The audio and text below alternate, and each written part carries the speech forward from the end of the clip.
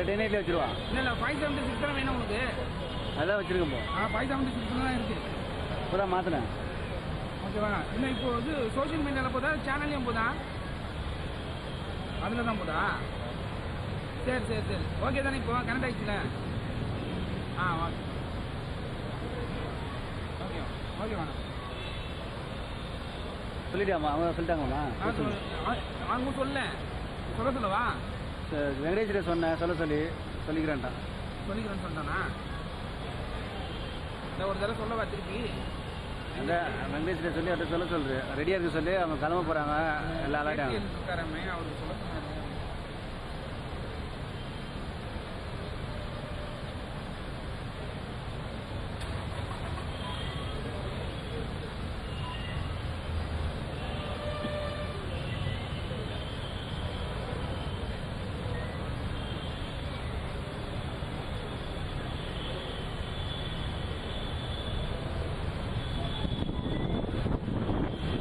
இறங்கி ஓடி வந்து ஏற முடியாதுல்ல?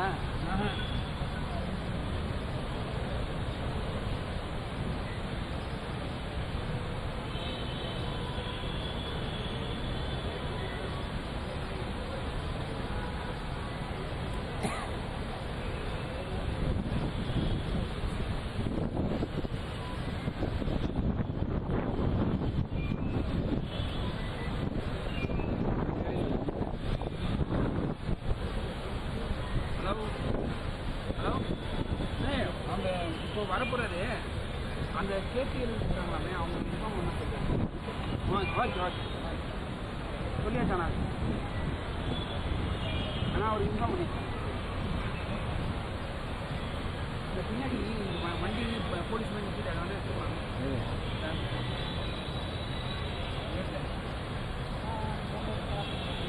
லைட் ஆன் பண்ணிட்டாங்களா? போயிட்டுருக்கு. ஆன் ஆயிடுச்சு. ஃபேஸ்புக்லையா? ஆமாம்.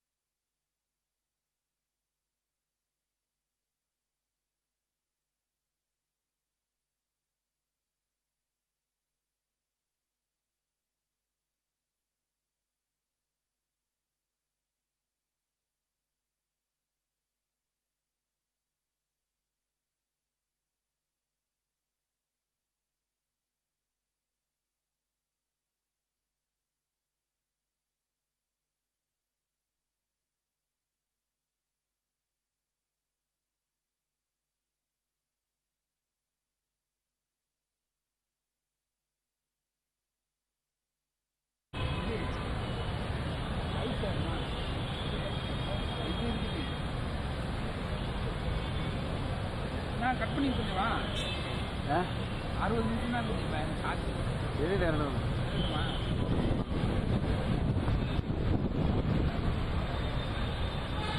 எங்கே சார்ஜ் வரனா அங்கேருந்து இங்கே அடிக்கிறாங்க பாரு. பேஸ் சென்டரில் இருந்து இங்கே வந்துட்டு திருப்பி சத்தியமதி வருங்க வேறு. ஆமாம்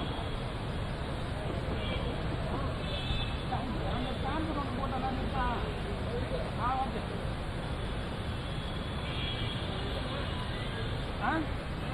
அதான்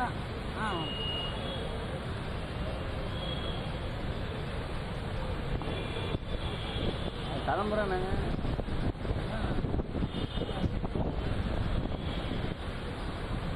இல்லை நான்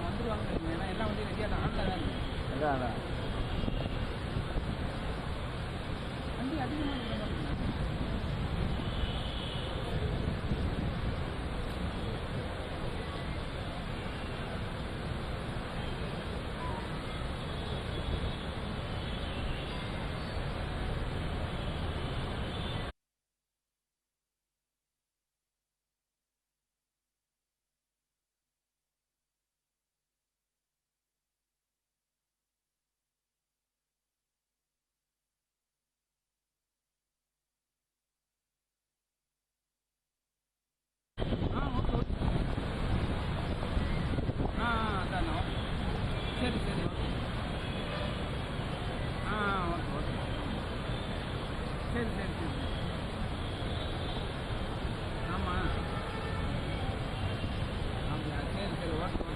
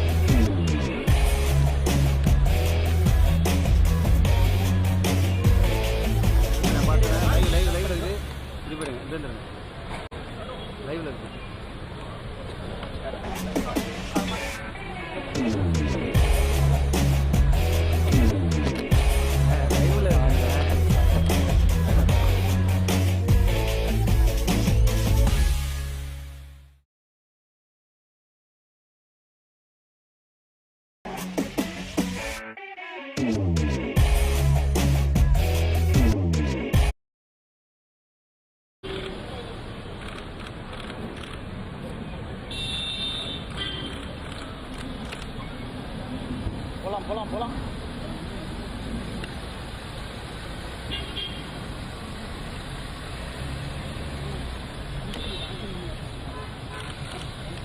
கிணறு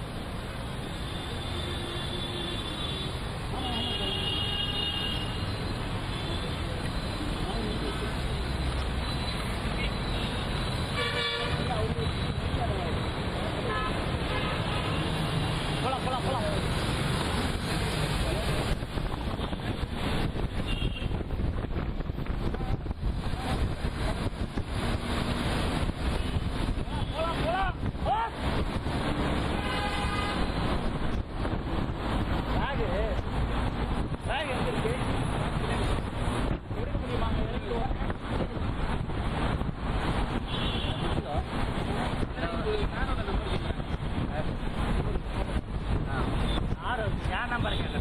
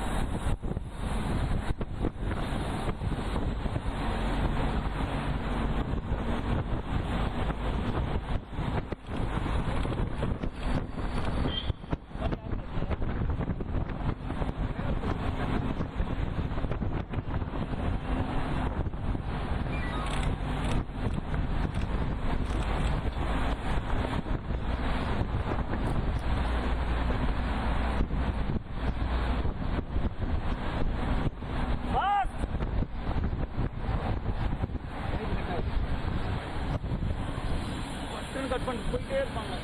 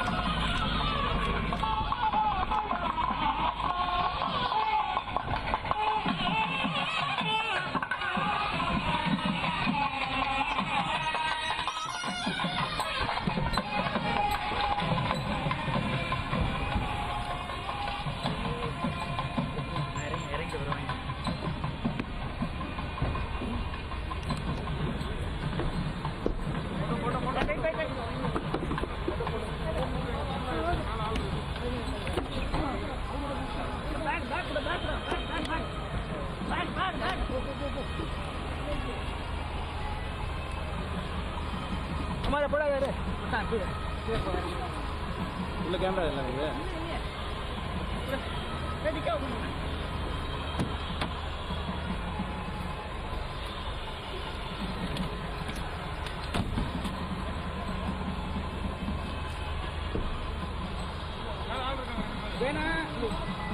போ சொல்லு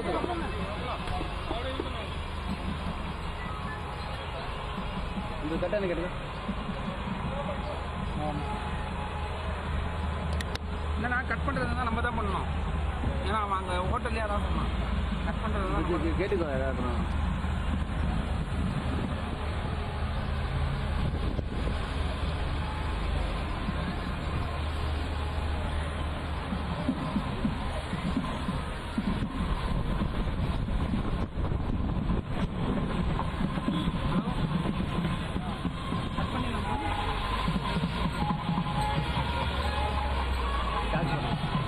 நாங்கள் வெளியில் பார்க்கிங்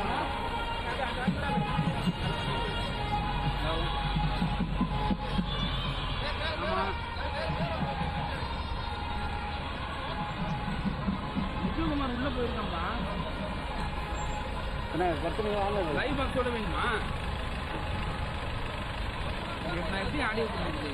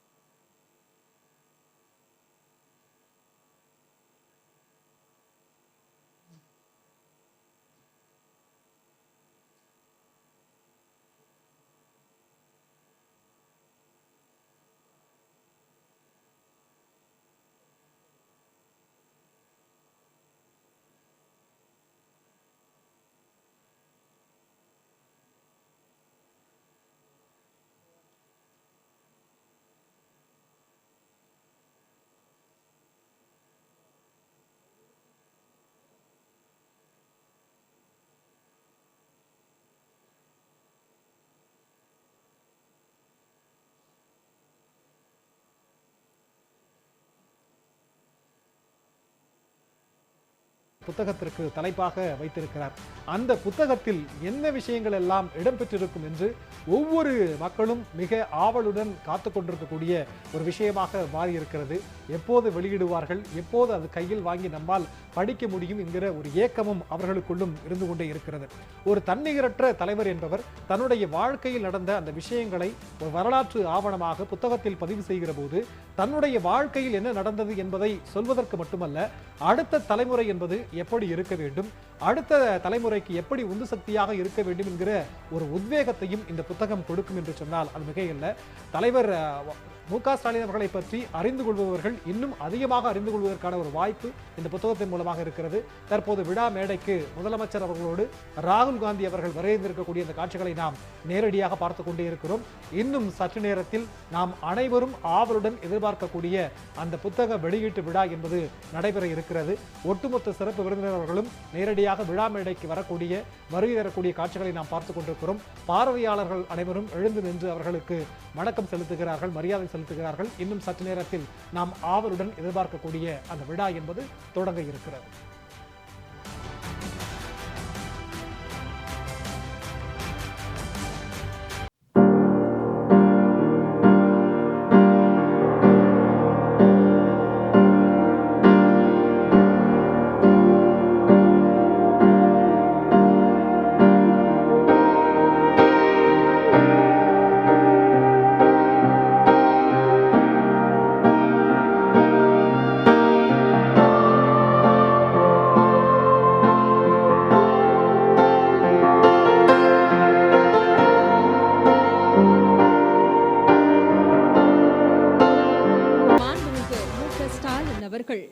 தாய் தமிழ்நாட்டின் முதலமைச்சர்,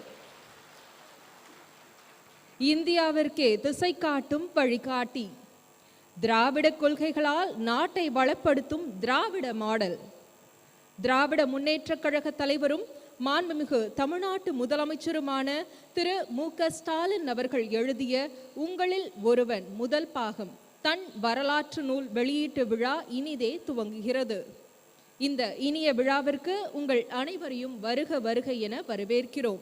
We welcome this warm gathering who has dedicated themselves to be a part of historical event which celebrates the release of One Among Us, Ungalil Oruvan, the autobiography of an incomparable leader. தாயை வணங்குதலும் தமிழை வணங்குதலும் ஒன்று. இந்த நிகழ்வு தமிழ்தாய் வாழ்த்துடன் இனிதே துவங்குகிறது.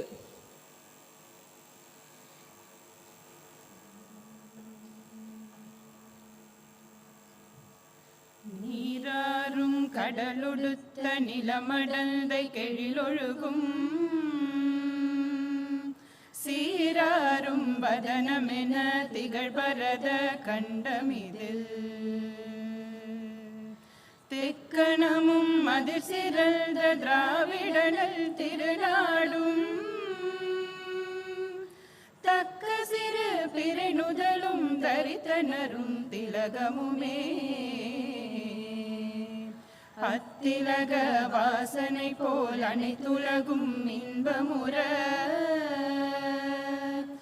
எத்திசையும் புகழ் மணக்க இருந்த பெரும் தமிழனகே தமிழனகே உன் சீரிழமை திரும்பியந்த செயல் மறந்த வாழ்த்ததுமே வாழ்த்ததுமே வாழ்த்ததுமே.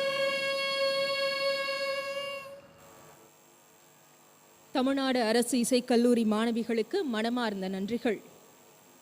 இருந்த இடத்திலிருந்தே இந்தியாவின் அடுத்த கட்டத்தை முடிவு செய்த முத்தமிழறிஞர் கலைஞரின் மகன் ஒட்டுமொத்த இந்தியாவையும் தன்னை திரும்பி பார்க்க வைத்துள்ளார். நம் தலைவருக்காய் இங்கு குழுமி உள்ள அகில இந்திய தலைவர்கள் முதல் கடைக்கோடி தொண்டர்கள் வரை அனைவரையும் வரவேற்க இவரே பொருத்தமானவர். கழகத்தின் மகளிர் அணி செயலாளரும் நாடாளுமன்றத்தில் நிமிர்ந்து நின்று ஒலிக்கும் நாடாளுமன்ற திமுக குழு துணைத் தலைவருமான திருமிகு கனிமொழி கருணாநிதி அவர்களை வரவேற்புரையாற்ற அன்புடன் அழைக்கிறோம். We welcome திருமிகு Kanimozhi Karunanidhi MP, the one who voiced out for South in Parliament, to address the gathering and deliver welcome address. கொடையளி செங்கோல் குடியோம்பல் நான்கும் உடையனாம் வேந்தற்கு ஒளி என்கிறது குறள். கொடை, கருணை, நீதி தவறாமை, மக்களை பாதுகாத்தல், இவை நான்கும் உடைய அரசன் வேந்தர்களுக்கு ஒளி போன்றவன்.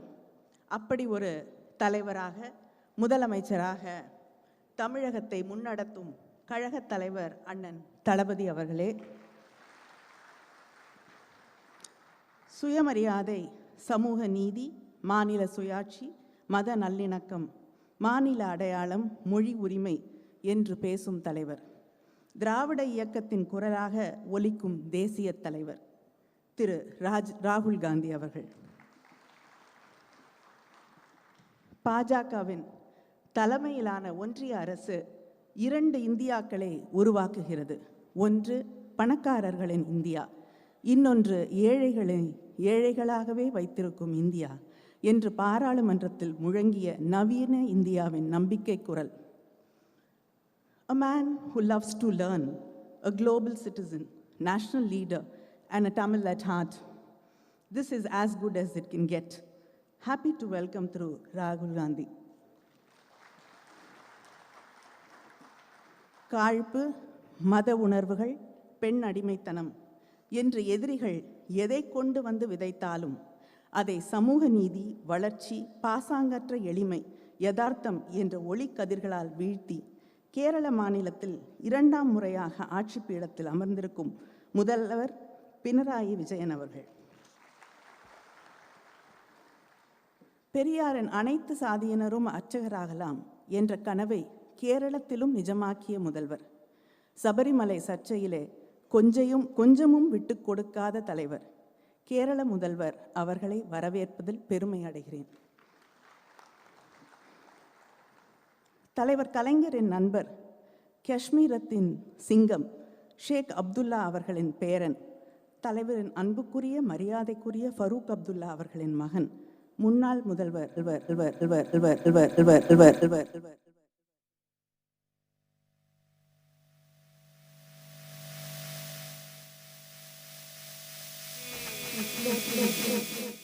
ஒன்றிய அரசு தந்தை மகன் இருவரையும் கைது செய்த போது அதை எதிர்த்து சற்றும் தாமதிக்காமல் குரல் கொடுத்து கண்டித்த முதல்வர் நம்முடைய முதல்வர் தளபதி அவர்கள்.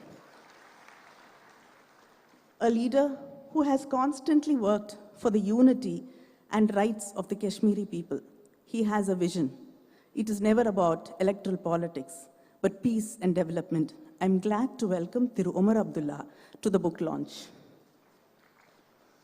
எப்போது சந்திக்க வாய்த்தாலும் என்னுடைய தலைவர் கலைஞர் எப்படி இருக்கிறார், அவர் உங்களுக்கு மட்டும் தலைவர் இல்லை, எங்களுக்கும் சேர்த்துத்தான் என்று அன்போடு சொல்லும் மரியாதைக்குரிய பெரியவர் லாலு பிரசாத் யாதவ் அவர்களின் மகன் தேஜஸ்வி யாதவ் அவர்கள் துணை முதல்வராக முத்திரை பதித்தவர். மதவாத சக்திகளை எதிர்க்கும் பிற்படுத்தப்பட்ட மக்களின் இளம் தலைவர், பிரபலமான கிரிக்கெட் வீரர். Cricket's loss is the nation's gain. Even before the Tamil Nadu Assembly election results were out, he confidently tweeted his congratulations to our leader.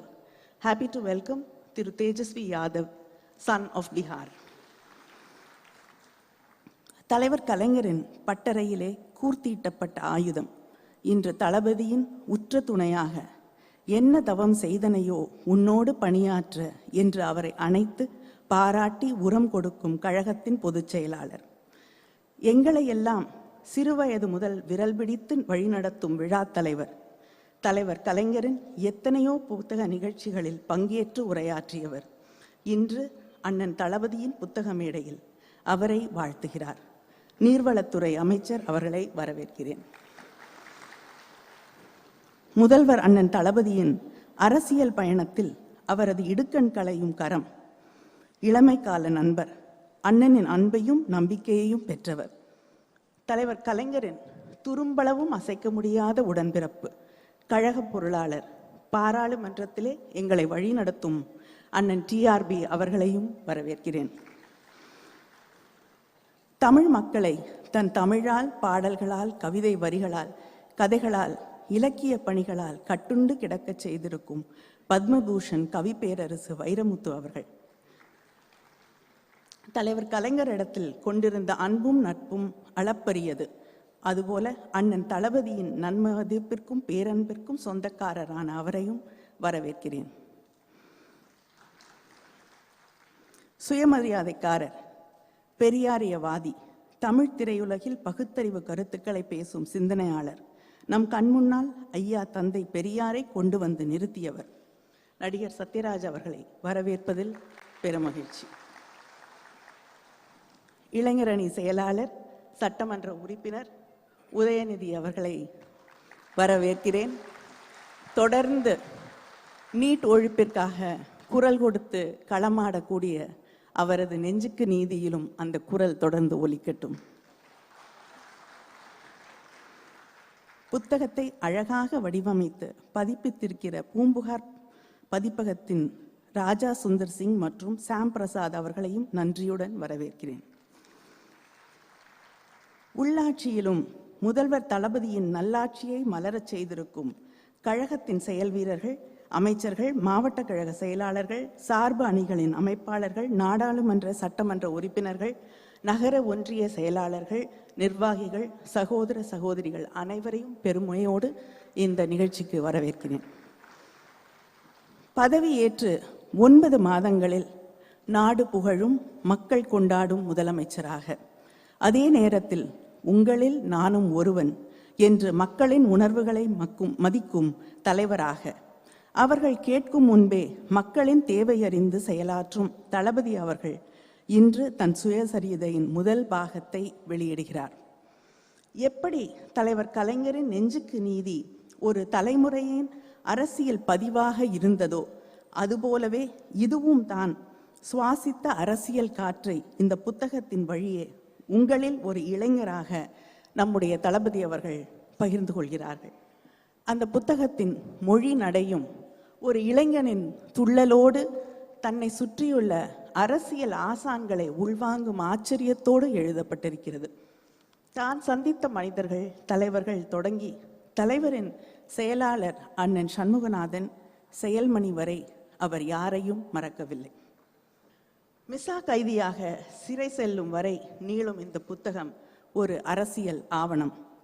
அதே நேரத்தில் தன்னை செதுக்கிக் கொண்ட ஒரு சிற்பியின் கதை.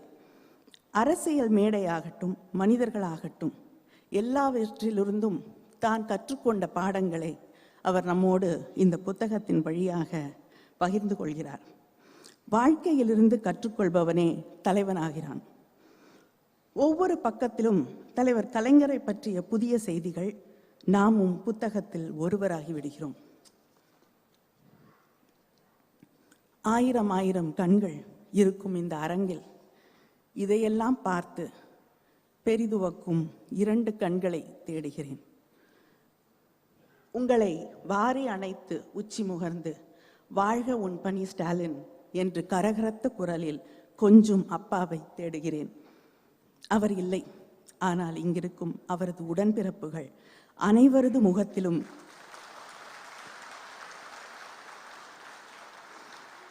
அவர்கள் முகத்தில் இருக்கும் பெருமையிலும் பூரிப்பிலும் பொங்கி வழிகிறது அப்பாவின் அன்பு.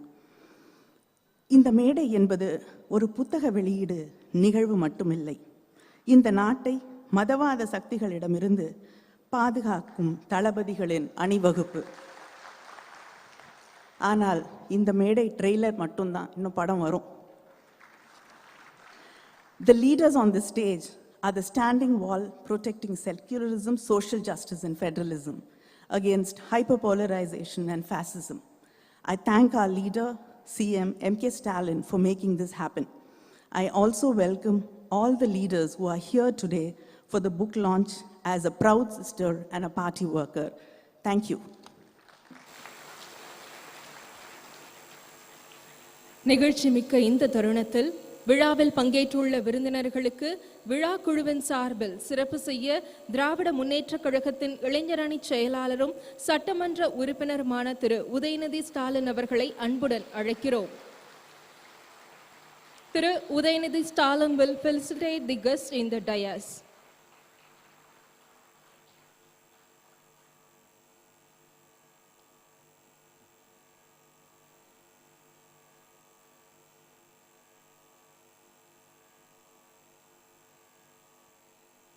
திரு உதயநிதி ஸ்டாலின் will felicitate திரு ராகுல் Gandhi MP, Indian National Congress.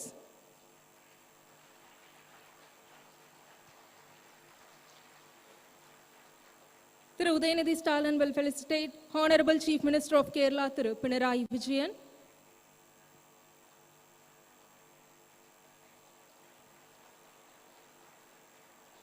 Thiru Udhayanidhi Stalin will felicitate Jammu Kashmir's former Chief Minister Thiru Omar Abdullah.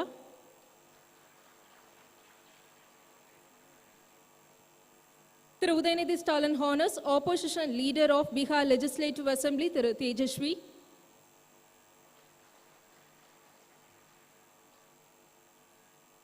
மாண்புமிகு அமைச்சர் திரு துரைமுருகன் அவர்களுக்கு உதயநிதி ஸ்டாலின் அவர்கள் சிறப்பு செய்கிறார்.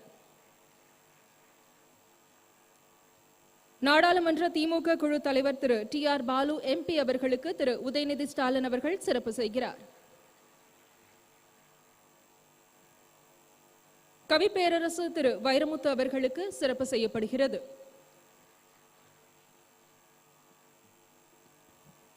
திரு சத்யராஜ் அவர்களுக்கு சிறப்பு செய்யும் நேரம்.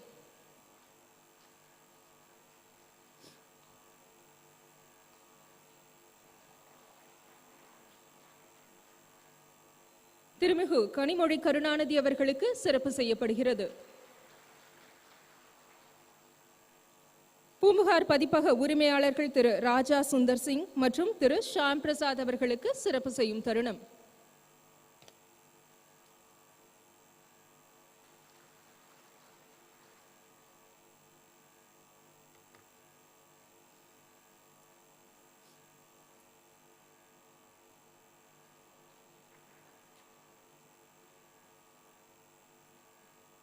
நன்றி. இதோ நாம் ஆவலுடன் எதிர்பார்த்திருந்த அந்த நிமிடங்கள் நிகழப் போகின்றன. தமிழ்நாட்டின் புதிய விடியலை உருவாக்கிய திராவிட சூரியன் கழக தலைவர் நம் மாண்புமிகு தமிழ்நாடு முதலமைச்சரின் தன் வரலாற்று நூலினை வெளியிட இந்திய மக்களின் குரலை எதிரொலிக்கும் மரியாதைக்கு உரிய திரு ராகுல் காந்தி அவர்களை அன்புடன் அழைக்கிறோம். நூலை பெற்றுக்கொள்ள கழகத்தின் பொதுச் செயலாளரும் மாண்புமிகு நீர்வளத்துறை அமைச்சருமான திரு துரைமுருகன் அவர்களை அன்புடன் அழைக்கிறோம்.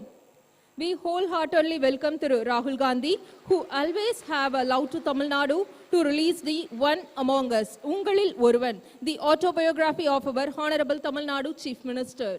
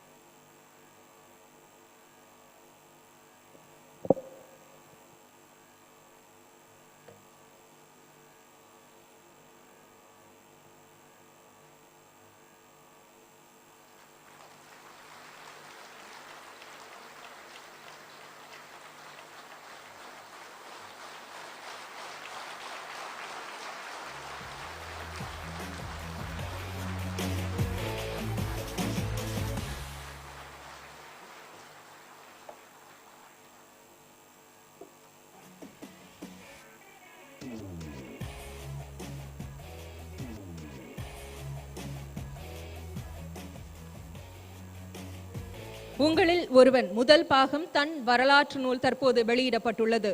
இந்த இனிய தருணத்தில் மானமிகு என்று தன்னை அழைப்பதில் எப்போதும் பெருமை கொள்ளும் பகுத்தறிவாளர், வார்த்தைகளுக்கு அரிதாரம் பூசாத திரையுலக கலைஞர் திரு சத்யராஜ் அவர்களை வாழ்த்துரை வழங்க அன்புடன் அழைக்கிறோம்.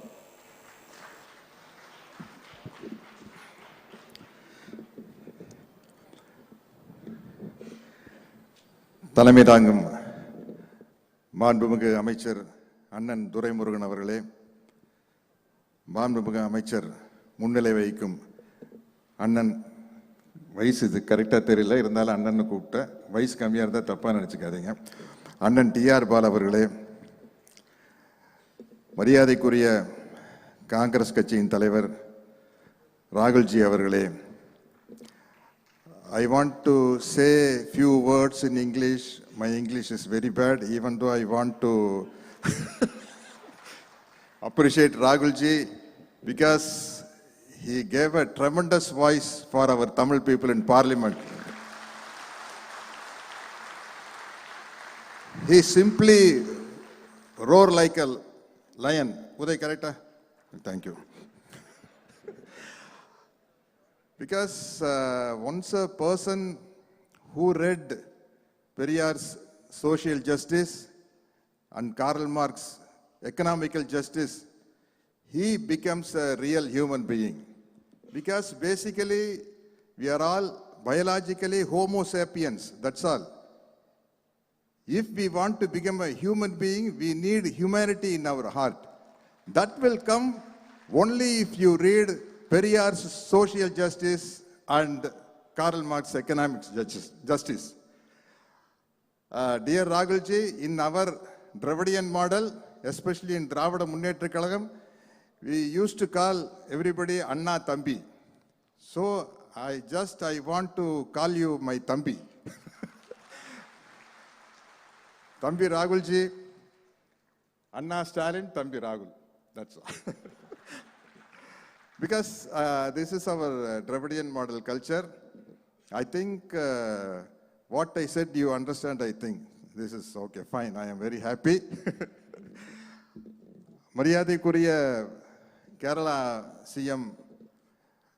சிஎம் பினராயி விஜயன் சொல்றதை விட காம்ரேட் பினராயி விஜயன் சொல்றது ரொம்ப விரும்புவார்னு நினைக்கிறேன். தோழர் பினராயி விஜயன் அவர்களே, நான் ஒரு 4 வருஷத்துக்கு முன்னாடி கேரளாவுக்கு ஒரு படத்தினுடைய ப்ரமோஷனுக்கு போயிருந்தேன். அங்கே நிறைய கேள்வி கேட்டாங்க. கேள்வி கேட்டு எங்கள் சிஎம் பினராயி விஜயனை பற்றி என்ன நினைக்கிறேன்னு கேட்டாங்க. நான் சொல்கிறது 4 வருஷத்துக்கு முன்னாடி, அதை மைண்டில் வச்சுங்க. இப்படி ஒரு சிஎம் எங்களுக்கு கிடைக்கலையேன்னு ரொம்ப ஆதங்கமாக இருக்குது அப்படின்னு எல்லாரும் ரொம்ப அப்ரிஷியேட் பண்ணாங்க. பிடிக்காதவங்க எப்படி 4 பேர் இருப்பாங்கல்ல, அவங்க அப்படியா அப்படின்னா பினராயி விஜயனை நீங்கள் பேசாமல் தமிழ்நாட்டுக்கு கூப்பிட்டு போயிருங்களேன் அப்படின்னா, ஐயோ அவரை தமிழ்நாட்டுக்கு கூப்பிட்டு போயிட்டு இப்படி ஒரு சிஎம் உங்களுக்கு கிடைக்க மாட்டாரையே, நீங்கள் என்ன ஏன் பண்ணுவீங்க, இதை விட பெஸ்ட் சிஎம் கேரளா கிடைக்காத, நாங்கள் தமிழ்நாட்டுக்கு கூப்பிட்டு போயிட்டோம். இப்போ தேவையில்லை, நம்ம தளபதி இருக்காரு. போட்டி யாரு சிறந்த முதலமைச்சர் அப்படிங்கிறதுல போட்டி போடுற அளவுக்கு இன்னைக்கு ஒரு சிஎம் நம்மளுக்கு அமைஞ்சிருக்காரு. அது ரொம்ப ரொம்ப மகிழ்ச்சியா இருக்கு. அதே மாதிரி தேஜஸ்வி யாதவ் அவர்கள், பீகார், 32 வயசு தான் ஆகுது. Single largest party in Bihar அவர் தான் அப்படின்னு கேள்விப்பட்டேன். 100 பிரபலமானவர்கள் இந்தியாவில் அவர் இருக்கார். தேஜஸ்வி யாதவ் இருக்காரு. கிரிக்கெட் பிளேயர்னு கேள்விப்பட்டேன். Sir, your a cricket player, so next election only sixer and boundary. Done. Okay. தென் மரியாதைக்குரிய உமர் அப்துல்லா அவர்கள், ஒரு போராட்ட குணம், காஷ்மீர்லேருந்து வந்தாலே அந்த சுயமரியாதை, தன்மானம், போராட்ட குணம் எல்லாம் அவங்களுக்குள்ள இருக்கும். அப்படிப்பட்ட இடத்துல இருக்கிற வந்த உமர் அப்துல்லா அவர்களை நான் வரவேற்கிறேன். கவிப்பேரரசு வைரமுத்து அவர்கள், நல்ல வேலை என்ன முதல்ல பேச சொல்லிட்டாங்க, இல்லாட்டி அவர் எல்லாம் நல்ல பாயிண்ட் பேசிட்டாருன்னு நான் எழுதி வச்சதெல்லாம் பேச முடியாமல் போயிடும். அவ்வளோ அருமையாக பேசுகிறவர். தோழர் கனிமொழி அவர்கள், இப்படிப்பட்ட ஒரு அற்புதமான மேடையில் நானும் அமர்ந்திருப்பது எனக்கு மிகவும் பெருமையாக இருக்கிறது. தளபதி அவர்கள் இந்த உங்களில் ஒருவன் புத்தகத்தை என்கிட்ட கொடுத்து படிக்க சொன்னார். பொதுவாக நான் கொஞ்சம் படிக்காமையே ஓபி அடிச்சிருவேன். ஆனால் அதை படிக்க ஆரம்பித்தேன்னா முதல் பக்கம் படித்தோடனே அவ்வளோ இன்ட்ரெஸ்டிங்காக இருந்தது. சரி, நம்ம குறிப்பெழுத வச்சுட்டு நல்லா பெரிய பெரிய தலைவர்கள்லாம் வர்றாங்க, இந்தியா ஒன்றிய முழுக்க இருந்து, நம்ம ஒழுங்காக பேசணுன்ட்டு குறிப்பெழுத ஆரம்பித்தா அது போயிட்டே இருக்குது. பக்கத்துக்கு பக்கம் நான் ரவுண்டு போடுறேன், டிக் பண்ணுறேன், ரவுண்டு போடுறேன், டிக் பண்ணுறேன், அது பாட்டுக்கு வளர்ந்துக்கிட்டே இருக்குது. அதனால என்னுடைய ஆர்வத்தின் காரணமாக பேசிட்டே இருந்தேன்னா டைம் ஆச்சுன்னா யாராச்சும் வந்து பின்னாடி சட்டையை பிடிச்சி எடுத்துருங்க, போதுப்பா உட்காரு, நிறைய பேர் பேச வேண்டியிருக்குன்னு சொல்லிடலாம். ஏன்னா அந்த அளவுக்கு இன்ட்ரெஸ்டிங்கான விஷயம் இருக்குது. ஓப்பனிங் அந்த சொன்னார் பாருங்க, முத்துவேல் கருணாநிதி ஸ்டாலின் ஆகிய நான். அங்க வந்து தலைவர் கலைஞருடைய முகம் தெரிஞ்சுன்னு சொன்னாரு. எவ்வளவு ஒரு டச்சிங்கான மூமெண்ட். அப்படி ஒரு தலைவர் வந்து அமையவே மாட்டாரு. எனக்கு இன்னும் சொல்ல போனா, நம்ம இப்போ முதல்வர் ஸ்டாலின் அவர்களோட எனக்கு கலைஞர் கூட தான் நெருக்கமான பழக்கம். ஏன்னா 2 படம் அவர் வசனத்தில் நடிச்சிருந்தேன். பாலைவன ரோஜாக்கள், மண்டின் மைத்தன், செல்வம் சார் இருக்காரு. அப்படி ஒரு, அதாவது எப்பவுமே ஒரு குறிப்பிட்ட வயசு வரைக்கும் அப்பாவை வந்து பசங்க கிரேட்டாக நினைப்பாங்க. அப்புறம் ஒரு குறிப்பிட்ட வயசுக்கு அப்புறம் நம்ம அப்பா இப்படி பண்ணியிருக்கலாம், அப்படி பண்ணிக்கலாம் அப்படின்னு சொல்லிட்டு குற்றம் காண ஆரம்பிச்சிருவாங்க. ஆனால் கடைசி வரைக்கும் அவருடைய தந்தை ஒரு தலைவனாகவே இருந்திருக்கிறார். தந்தை ஒரு தலைவன். நல்ல டைட்டில் இல்லை படத்துக்கு கூட, தந்தை ஒரு தலைவன். அதை ஒவ்வொரு நினைவும் அவர் எழுதும் போது அதில் என்னால் கனெக்ட் பண்ணிக்க முடியுது. பராசக்தி ரிலீஸ் ஆனப்போ நடிகர் தலம் சிவாஜி அவர்கள் பேர் வந்து அதில் குணசேகரன் தான். ஊருக்கு ஊர் ஒரு குணசேகரன் இருந்தாங்க அப்படின்னு சொல்லுவாங்க. பிரபு சார் வந்திருக்காரு, அந்த குணசேகரன்களில் நானும் ஒருவன். 1952 தான் பராசக்தி படம் வந்தது. ஆனால் பராசக்தி படத்தை நான் 1970 தான் பார்க்குற வாய்ப்பு கிடைச்சது. ஏன்னா நான் பிறந்தது 1954. இடையில அந்த படத்தை ஒரு 8 வருஷம் தடை பண்ணிட்டாங்கன்னு நினைக்கிறேன். அதுக்கப்புறம் வந்து அந்த படம் 100 நாள் ஓடிச்சு. அதனுடைய வசனம் எல்லாம் வந்து ஒரு ரெக்கார்டை மனப்பாடம் பண்ணி, காண வந்த தங்கையை கண்டேன் கண்ணற்ற ஓவியமாக ஆம் கைம்பண்ணாக அப்படின்னு வசனம் பேசி, அதாவது பராசக்தி வசனத்தை மனப்பாடமா பேசி காட்டுறது வந்து அது ஒரு ரொம்ப பெருமைக்குரிய விஷயம். ஸ்டூடெண்ட்ஸுக்கு நடுவில் பேசி காட்டுறதுங்க வந்து அவ்வளோ ஒரு நல்ல விஷயம். அப்படி சிஎம் பிறந்ததே 53 தான். 53 தான் பிறந்திருக்காரு. நல்ல இனிமையான நினைவுகள் எழுதியிருக்காரு பாருங்க. முதல்ல வந்து கலைஞர் அவருக்கு பெரியாருடைய பெயரையும் அண்ணாவுடைய பெயரையும் சேர்ந்து ஐயா துரைன்னு வைக்கணும்னு ஆசைப்பட்டிருக்காரு. ஆனால் அவர் பிறந்தப்போ கரெக்டாக இப்போ ரஷ்யாவில் புரட்சி பெரிய அளவில் நடந்துட்டு இருக்கும்போது ஸ்டாலின் அவர்களுக்கு பெயர் வைக்கணும் அப்படின்னு சொல்லிட்டு ஸ்டாலின் பேர் வச்சிருக்காரு. 5 மாத குழந்தையா இருக்கையில் கொண்டு போய் கலைஞர் அவர்கள் சிறையில் இருந்திருக்காங்க. சிறையில் கொண்டு போய் 5 மாத குழந்தையா இருக்கையில் காட்டியிருக்காரு. ஒரு தலைவன் எப்படி இருக்குன்னு பாருங்க. அவர் ஸ்டாலின் அவர்கள் பிறந்தப்பவும் ஜெயிலில் இருக்காரு, உதயநிதி பிறந்தப்பவும் ஜெயிலில் இருக்கிறார். இப்படி ஒரு தலைவன் எங்க நம்ம சில பத்திரிகை லாபி வந்து தொடர்ந்து நம்ம திராவிட இயக்க தலைவர்களை வந்து பலவிதமா மட்டம் தட்டி இருக்காங்க. இப்படி ஒரு தியாகம் உள்ள ஒரு தலைவன் யாருக்கு கிடைப்பான் யோசிச்சு பாருங்க. பையன் பிறக்கிறப்பவும் ஜெயிலில், பேரன் பிறக்கிறப்பவும் ஜெயிலில். அதாவது இதெல்லாம் சொல்லிட்டு ஒவ்வொன்று. அப்புறம் வந்து இது அங்கே டால்மியாபுரம் போராட்டத்தில் தண்டவாளத்தில் தலை வச்சு படுத்திருக்காரு. அப்போ ரயில் உங்க மேலே ஏறினா என்ன நடக்கும் தெரியுமான்னு கேட்கிறாரு போலீஸ் ஆஃபீஸர். அவர் கலைஞர் பதில் சொல்றாரு, ரயில் எங்கள் மீது ஏறினால் உடையும் எலும்பு சத்தம் டெல்லிக்கு கேட்கும் அப்படிங்கிறாரு. என்ன தைரியங்க! ரியல் ஹீரோ இன் லைஃப்னா அது வந்து கலைஞர் தான். 6 மாத கடுங்காவல் என்று கவலைப்படாமல் அங்க ஜெயிலில் போய் பகுத்தறிவை பரப்பியிருக்காரு. உள்ள ஜெயிலில் இருக்கும்போது 6 மாத கடுங்காவல்னு கவலைப்படாம பட்டிமன்றம், பேச்சு போட்டி, நாடகம், சிறையை சீர்திருத்தம் செய்வது கடமை தவறாத மாவீரர் அப்படி இருந்திருக்காரு. அதாவது சிறைச்சாலையும் ஒண்ணுதான், சட்டசபையும் ஒண்ணுதான். அவரை பொறுத்த வரைக்கும் எதுக்குமே ஒரு தயங்காத ஒரு மனுஷன் தான் வந்து தலைவர் கலைஞர் அவர்கள் தான். இந்த உங்களில் ஒருவன் படுக்கையில நான் வந்து இவர் என்ன சகோதரர் ஸ்டாலின் அவர்கள் அவர் வரலாறு எழுதுறாரா, தலைவர் கலைஞருடைய வரலாறு எழுதுறாரான்னு சந்தேகம் வர அளவுக்கு கலைஞரை பத்தியே எழுதிக்கிட்டு வர்றாரு. பின்னாடி வந்துதான் அவரது உள்ள வருது. ஏன்னா அப்படிப்பட்ட ஒரு தியாக தலைவனுக்கு மகனா பிறந்து, அது எனக்கு இன்னொன்று ரொம்ப பிடிச்ச விஷயம். அஞ்சுகம் அம்மையார் வந்து அவர் வந்து ஸ்டாலின் வராதாமா, தாலின் தான் கூப்பிடுவாரு. பொதுவாக வந்து நம்ம ஊர் பெரியவங்களுக்கு வந்து இந்த இஸ்ஸு வராது. ஜா ஷா ஹா இஸ்ஸு அதெல்லாம் வராது. அதனால ஸ்டாலின்னு கூப்பிட மாட்டாங்க. அது வந்து படிக்கிறதுக்கே ரொம்ப விறுவிறுப்பாக இருக்குது. ஒரு ட்ரையாக இல்லாமல் ரொம்ப கலகலப்பாக படிக்க சிரிக்க முடியுது, உணர்ச்சி வசப்பட முடியுது, ரசிக்க முடியுது. அப்புறம் நான் வந்து திருக்குவளை வீட்டை பற்றி எழுதியிருக்காங்க, ரத்தத்தாலும் உணர்வாலும் கட்டப்பட்டது அப்படின்னு. நிச்சயமா நான் அந்த பக்கம் போகும்போது அந்த திருக்குவளை அந்த வீட்டை போய் நான் பார்க்கணுன்னு ஆசைப்படுறேன். ஏன்னா அவ்வளவு உணர்ச்சி பொங்க அந்த வீட்டை பற்றி எழுதியிருக்காங்க. அப்பவுமே நம்ம நேட்டிவ் பிளேஸில் இருக்கிற ஒரு வீட்டு மேலே நம்மளுக்கு அப்படி ஒரு பாசம் இருக்கும். அதே மாதிரி தாத்தா முத்துவேல் அவர்களை பற்றி எழுதியிருக்காங்க. புலவர், பாடுவார், வைத்தியம் தெரியும், விவசாய வேலை தெரியும், சமஸ்கிருதம் நல்லா தெரியும்னு எழுதியிருக்காங்க. பேசாம ஒரு மெடிக்கல் காலேஜில் சேர்ந்து டாக்டர் ஆயிருக்கலாம். ஏன்னா அப்பெல்லாம் மெடிக்கல் காலேஜில் சேர்றதுக்கு வந்து சமஸ்கிருதம் தெரிஞ்சாதான் சேர முறைன்னு ஒரு ஐட்டம் வச்சிருக்காங்க. ஏன் அதுக்கு தான். மெடிக்கல் காலேஜுக்கு சமஸ்கிருதத்துக்கு என்ன சம்பந்தம்? ஆனால் சமஸ்கிருதம் தெரிஞ்சாதான் மெடிக்கல் காலேஜில் சேர முடியுமாமா. ஏன் அப்படின்னா நம்மெல்லாம் யாரும் சேரக்கூடாது. சிம்பிளாக தான். எவ்வளவு நேக்கா அடிக்கிறாங்க பாருங்க. அதை அடிச்சு உடைச்சது வந்து நீதி கட்சி. ஜஸ்டிஸ் பார்ட்டி ஆட்சிக்கு வந்ததுக்கு அப்புறம் தான் சமஸ்கிருதம் மெடிக்கல் காலேஜ் மருத்துவ படிப்புக்கு சமஸ்கிருதம் தேவையில்லைங்கிற சொல்லி அதை தூக்குனது வந்து அதுதான். இப்படிப்பட்ட வரலாறுகள் வந்து இருந்த ஒரு மாபெரும் இயக்கம் இது. அதே மாதிரி கோபாலபுரம் வீட்டை பற்றி எழுதியிருக்காங்க. நிரந்தர அரசபை, திராவிட இயக்கத்தின் திருச்சபை, திரையுலக கலைஞர்களுக்கு கலைச்சபை. அந்த கலைச்சபையிலே நானும் ஒரு அங்கத்தினர். என்ன பாலைவன ரோஜாக்கள் வந்து செல்வம் சார் இருக்காரு. ஆல்மோஸ்ட் நம்ம கோபாலபுரத்தில் தான் சுற்றி அவர் ஐயா மாறன் அவர்களுடைய வீடு தான் என் வீடு. என் வீடு எல்லாம் கலைஞர் வீட்டு கார் ஷெட்லேருந்து எல்லாம் யூஸ் பண்ணிக்கிட்டோம். எல்லாம் வந்து மொத்த லொக்கேஷன் வந்து கோபாலபுரத்துலேயே சுற்றி எடுத்து அது ஒரு பசுமையான நினைவு. அப்படிப்பட்ட ஒரு படத்தில் நடிக்கிற வாய்ப்பு கிடைச்சது. அதே மாதிரி கலைஞர் திருமணத்தை பற்றி எழுதியிருக்காங்க. அது தயாளம்மாவுக்கு அவருக்கு திருமணம் நடந்துட்டு இருக்குது. அந்த வழியாக இந்திய எதிர்ப்பு ஊர்வலம் போயிருக்கு. ஒரு தலைமை இப்படியெல்லாமல் அங்கே இருக்க முடியும்? கல்யாணத்துலேருந்து அப்படியே கிளம்பி இந்திய எதிர்ப்பு ஊர்வலத்தில் கலந்துக்கிட்டு போயிட்டாரு. இதெல்லாம் நீங்கள் புத்தகம் படிக்கல தெரியும். அங்கே போனால் இங்கே வந்து திருமண வீட்டில் வந்து மங்கள இசை வாசிச்சுட்டு இருக்கிறாங்க. அங்கே போய் தலைவர் கலைஞர் வந்து பெரியார் வாழ்க, தமிழ் வாழ்க, இந்தி வீழ்கன்னு அங்கே போய் சவுண்ட் விட்டு இருந்திருக்காரு.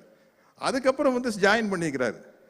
ரஷ்யாவில் ஸ்டாலின் ஆட்சி காலத்தில் வந்து ரஷ்யாவில் இருக்கிற ஸ்டாலினுக்கு நம்ம ஸ்டாலினுக்கு ஒரு கொத்துமை பாருங்க. ரஷ்யாவில் ஸ்டாலின் ஆட்சி காலத்தில் ஆட்சியிலிருந்து மதம் விலக்கப்பட்டது. அந்த ஸ்டாலினும் அப்படித்தான் இருந்திருக்காரு, இந்த ஸ்டாலினும் அப்படித்தான் இருந்திருக்காரு. அவரும் ஒரு இரும்பு மனிதர், இவரும் ஒரு இரும்பு மனிதராக இருந்திருக்காரு. அவருடைய ஸ்டாலினுங்கிற பேருக்கு ஸ்கூல்ல இடம் கிடைக்கலன்னு போட்டிருக்காரு.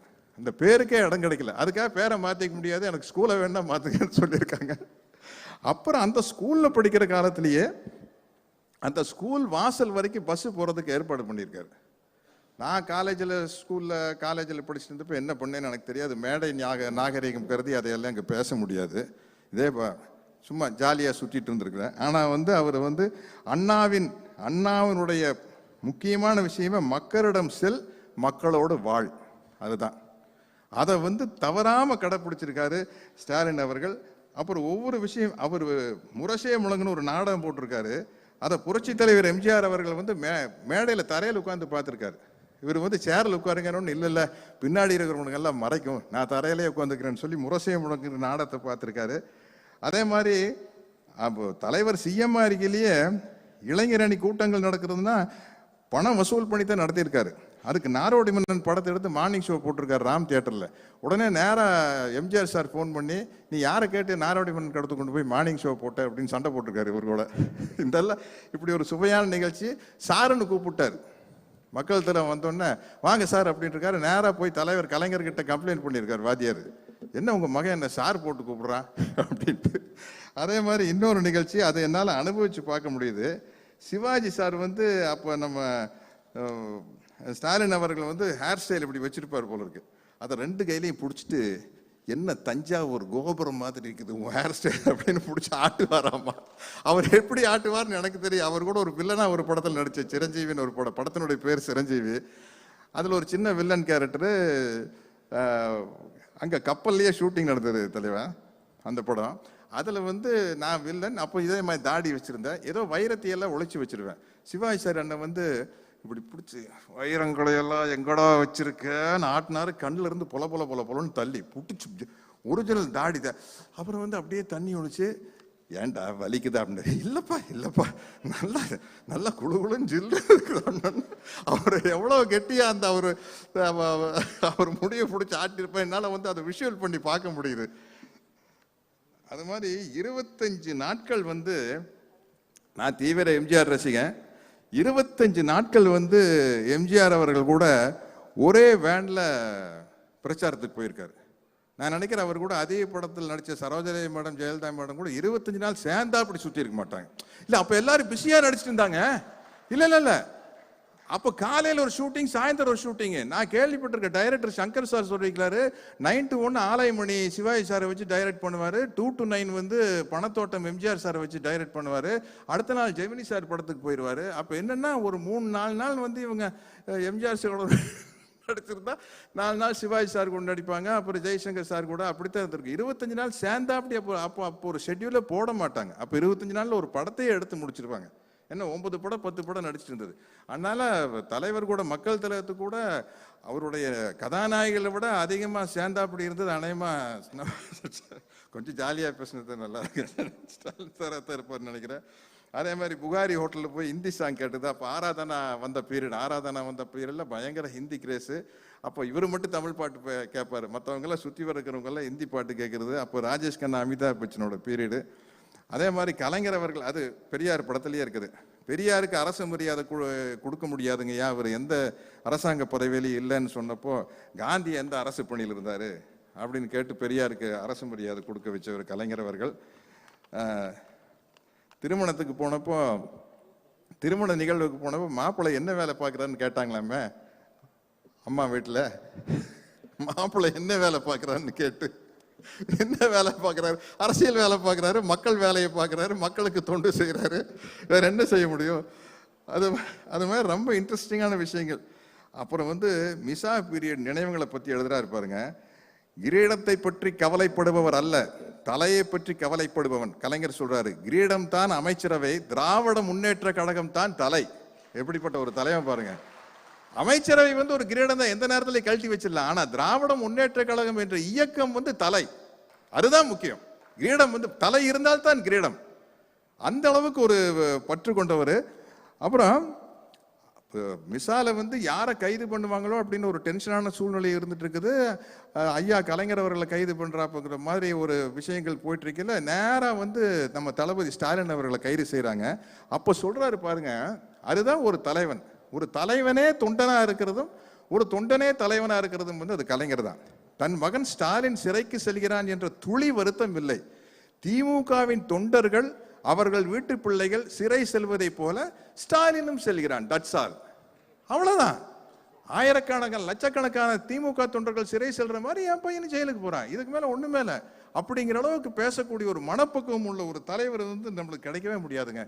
அப்புறம் இந்த மிசா காலகட்டத்தில் உள்ள என்ட்ராகிறத பற்றி எழுதுறாரு. அதே மாதிரி 2வது பாகம் ரொம்ப அவ்வளோ இன்ட்ரெஸ்டிங்காக இருக்குன்னு நினைக்கிறேன். அவ்வளோ இன்ட்ரெஸ்டிங்காக இருக்க போது அதை மட்டுமே படமாக எடுக்கலாம். மிசா பீரியடை மட்டுமே ஒரு படமாக எடுக்கலாம். ஏன்னா காந்தியை கோட்ஸே சுட்டது 9 hours to ராமா அப்படின்னு ஒரு படம் எடுத்தாங்க. வெறும் அந்த ப்ரிப்ரேஷன் டு கில் அப்படிங்கிறது மட்டும்தான் படம். அது மாதிரி இந்த மிசா பற்றி மட்டும் படம் எடுக்கலாம். 2வது பாகம் வந்தோடனே எடுக்கணும்னு ஆசைப்படுறேன். அதே மாதிரி இந்த இடத்துல ஒரு தீவிர எம்ஜிஆர் ரசிகனாகிய நான், எம்ஜிஆர் ரசிகனாகிய ஸ்டாலின் அவர்களை வாழ்த்துகிறேன். நமது வெற்றியை நாளைய சரித்திரம் சொல்லும், இப்படை தோற்கின் எப்படை வெல்லும். என்னடா சட்டசபை முடிஞ்சிருச்சு, உள்ளாட்சி முடிஞ்சிருச்சு, இப்போ போய் வெற்றியை நாளைய சரித்திரம் சொல்றேன்னு நினைக்காதீங்க.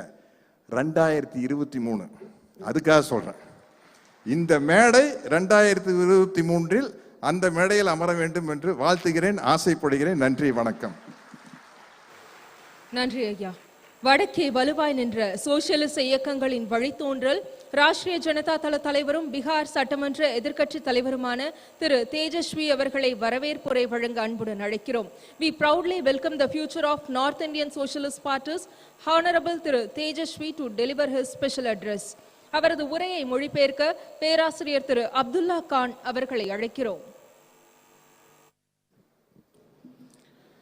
Respected Thiru M.K. Stalin, CM Tamil Nadu, respected Thiru Rahul Gandhi ji, respected Thiru Pinarayi Vijayan ji, Honorable CM of Kerala, respected Shri Omar Abdullah ji, former CM of Jammu and Kashmir, respected Thiru T.R. Baluji, Member of Parliament, respected Tirumati Kanimoji Karunanidhi ji, Member of Parliament, respected Thiru Durai Murugan ji, respected Thiru Viramuttu ji, respected Thiru Satyaraj ji, media friends, brothers and sisters. It is a great pleasure for me to be present on this happy and important occasion. Every era throws up important leaders and history remembers them in different ways. Thiru M.K. Stalin indeed is part of the great tradition. I am grateful for the changes and continuities he embodies in this great state. We all look with hope at the state of Tamil Nadu for its advances in the arena of social justice, democratic participation, equity, and the fierce self-confidence of the people as well as the current leadership. பெரும் மதிப்புக்குரிய தமிழக முதல்வர் K Stalin அவர்களே, மதிப்புக்குரிய திரு ராகுல் காந்திஜி அவர்களே, மதிப்புக்குரிய பினராயி விஜயன் கேரள மாநிலத்துடைய முதல்வர் அவர்களே, மதிப்புக்குரிய உமர் அப்துல்லா முன்னாள் முதலமைச்சர் ஜம்மு அண்ட் காஷ்மீர் அவர்களே, மதிப்புக்குரிய திரு டிஆர் பாலு பாராளுமன்ற உறுப்பினர் அவர்களே, மதிப்புக்குரிய திருமதி கனிமொழி கருணாநிதி அவர்களே பாராளுமன்ற உறுப்பினர், மதிப்புக்குரிய திரு துரைமுருகன் அவர்களே, மதிப்புக்குரிய திரு வைரமுத்து அவர்களே, மதிப்புக்குரிய சத்யராஜ் அவர்களே, எல்லோருக்கும் என்னுடைய வணக்கங்கள். எனக்கு இனிமையாக இருக்கின்றது இந்த நேரத்தில் இந்த காலகட்டத்தில் இங்கே இருப்பதற்காக. ஒவ்வொரு காலகட்டத்திலும் வித்தியாசமான சரித்திரம் படைத்தவர்கள் வருகிறார்கள். அந்த வகையிலேயே நம்முடைய தமிழக முதல்வர் ஸ்டாலின் அவர்கள் இங்கே அதிகபட்சமான இந்த ட்ரெடிஷன் என்று சொல்லக்கூடிய பாரம்பரியத்தை வைத்துக்கொண்டு இங்கே நடத்தி கொண்டு வருகிறதை நான் பாராட்டுகின்றேன். மேலும் தமிழ்நாடை நாங்களெல்லாம் பார்க்கும் பொழுது ஒரு சமூக நீதி, நியாயம், நீதி, ஒற்றுமை, மற்ற எல்லா விதமான விஷயங்களையும் இங்கே பார்க்கும்போது எனக்கு மிகவும் ஆச்சரியமாகவும் ஆனந்தமாகவும் இருக்கின்றது. இங்கே ஒரு வித்தியாசமான ஒரு சமூகத்தை உருவாக்கி கொண்டு இருக்கிறார்கள். அதனை நான் மிகவும் இங்கே பார்த்து ரசிக்கின்றேன். I learn every day from the proud citizen of the state as to how to exercise one's constitutional rights and duties and pave way for an inclusive and progressive society. Tamil Nadu has been exemplary state in so many ways that it is difficult to list all such instances. However, I will say that Tamil Nadu leaders such as Rajaji, Periyar Ramaswamy, C.N. Anudurai, M. Karunanidhi have had an impact on many pan-Indian progressive movements of youth, students, and working masses. With their ideas and leadership, they not only inspired people, but also gave them conceptual tools to understand their circumstances and struggle against what was unjust and inequitable. Of late, the ideas of development and leadership have been discussed in very narrow terms, but we have learned from Tamil Nadu how to expand the horizon of what it means to be model citizen on a modern state. It includes equality, equity, and justice. It empowers dejected, deprived, and oppressed section of the society.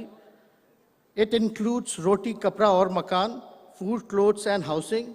It includes sarak, bijli or pani, road, electricity, and water.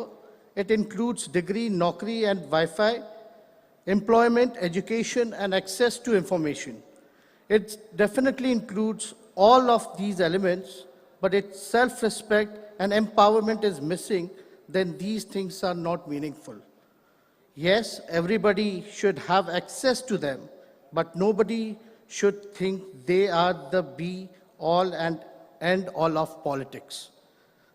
Politics most definitely is about all of these things, but it is also about self-respect, about confidence, about asserting one's place in society.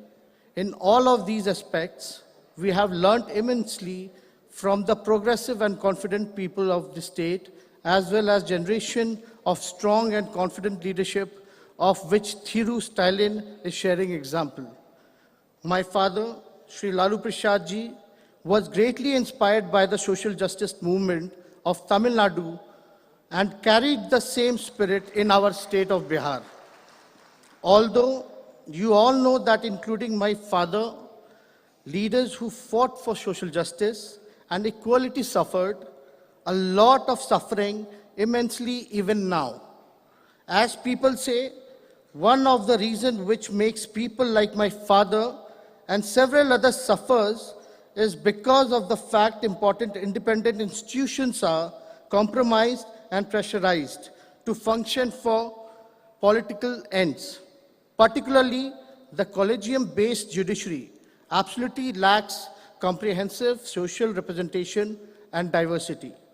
I know several parties which carry the flag of social justice are keen to fight for reservation in judiciary, but it is time to come on street and make sure that it happens soon.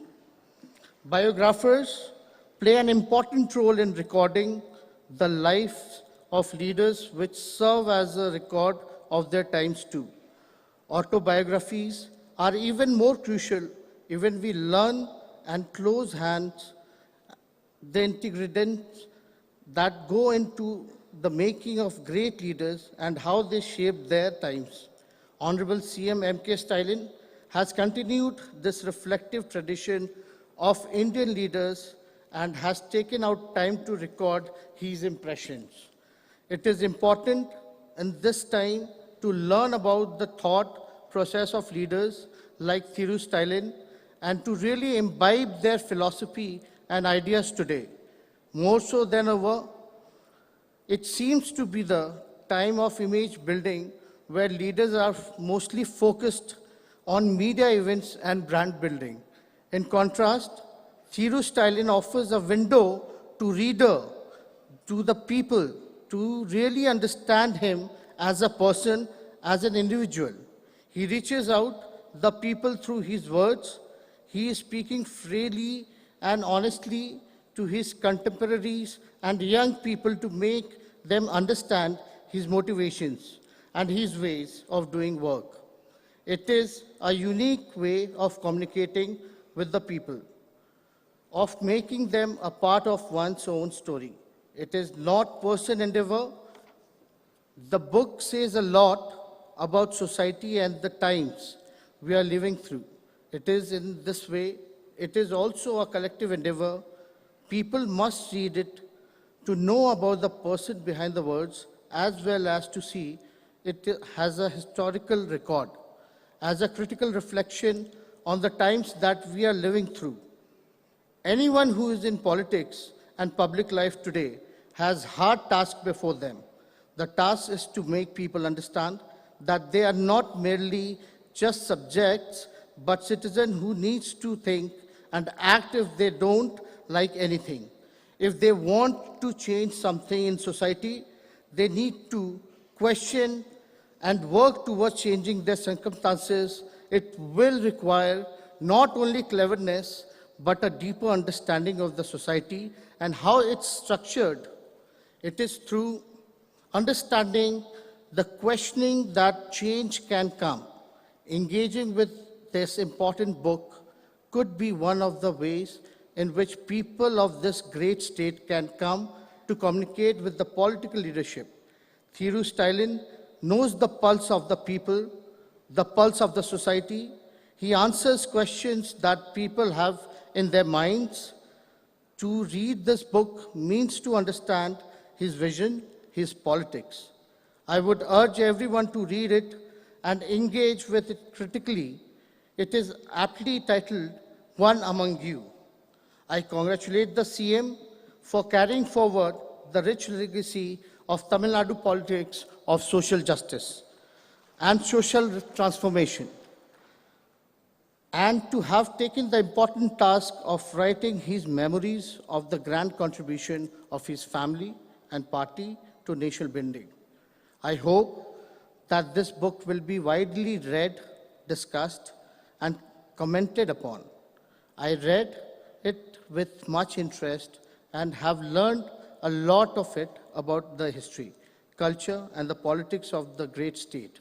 It is a wonderful, critical, and timely contribution to the conversation we are having about politics in contemporary India.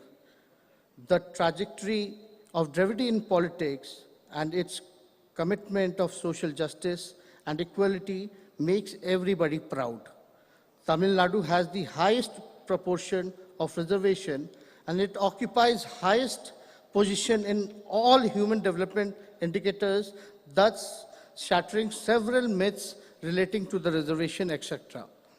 We must seize this movement to declare unitedly that we shall struggle to ensure caste-based census immediately and revisit the ceiling of reservation myth, accordingly on the lines of Tamil Nadu. Finally, I take this opportunity to appeal you all that as a nation and as people of this great land, we are witnessing gruesome attacks on the constitutional values of freedom, equality, and justice, more so on social justice. We must understand that while recording these attacks, history shall name the perpetrators, but it shall also not spare us if we do not fight, resist collectively. Let us go back from here with this solemn resolve and pledge. Thank you very much. Jai Hind. We wholeheartedly thanking you for your special address, sir. இலக்கிய உலகத்தில் அரை நூற்றாண்டாக சிகரத்தில் வீற்றிருக்கும் திரு கவி பேரரசு அவர்களை வாழ்த்துரை வழங்க அன்புடன் அழைக்கிறோம்.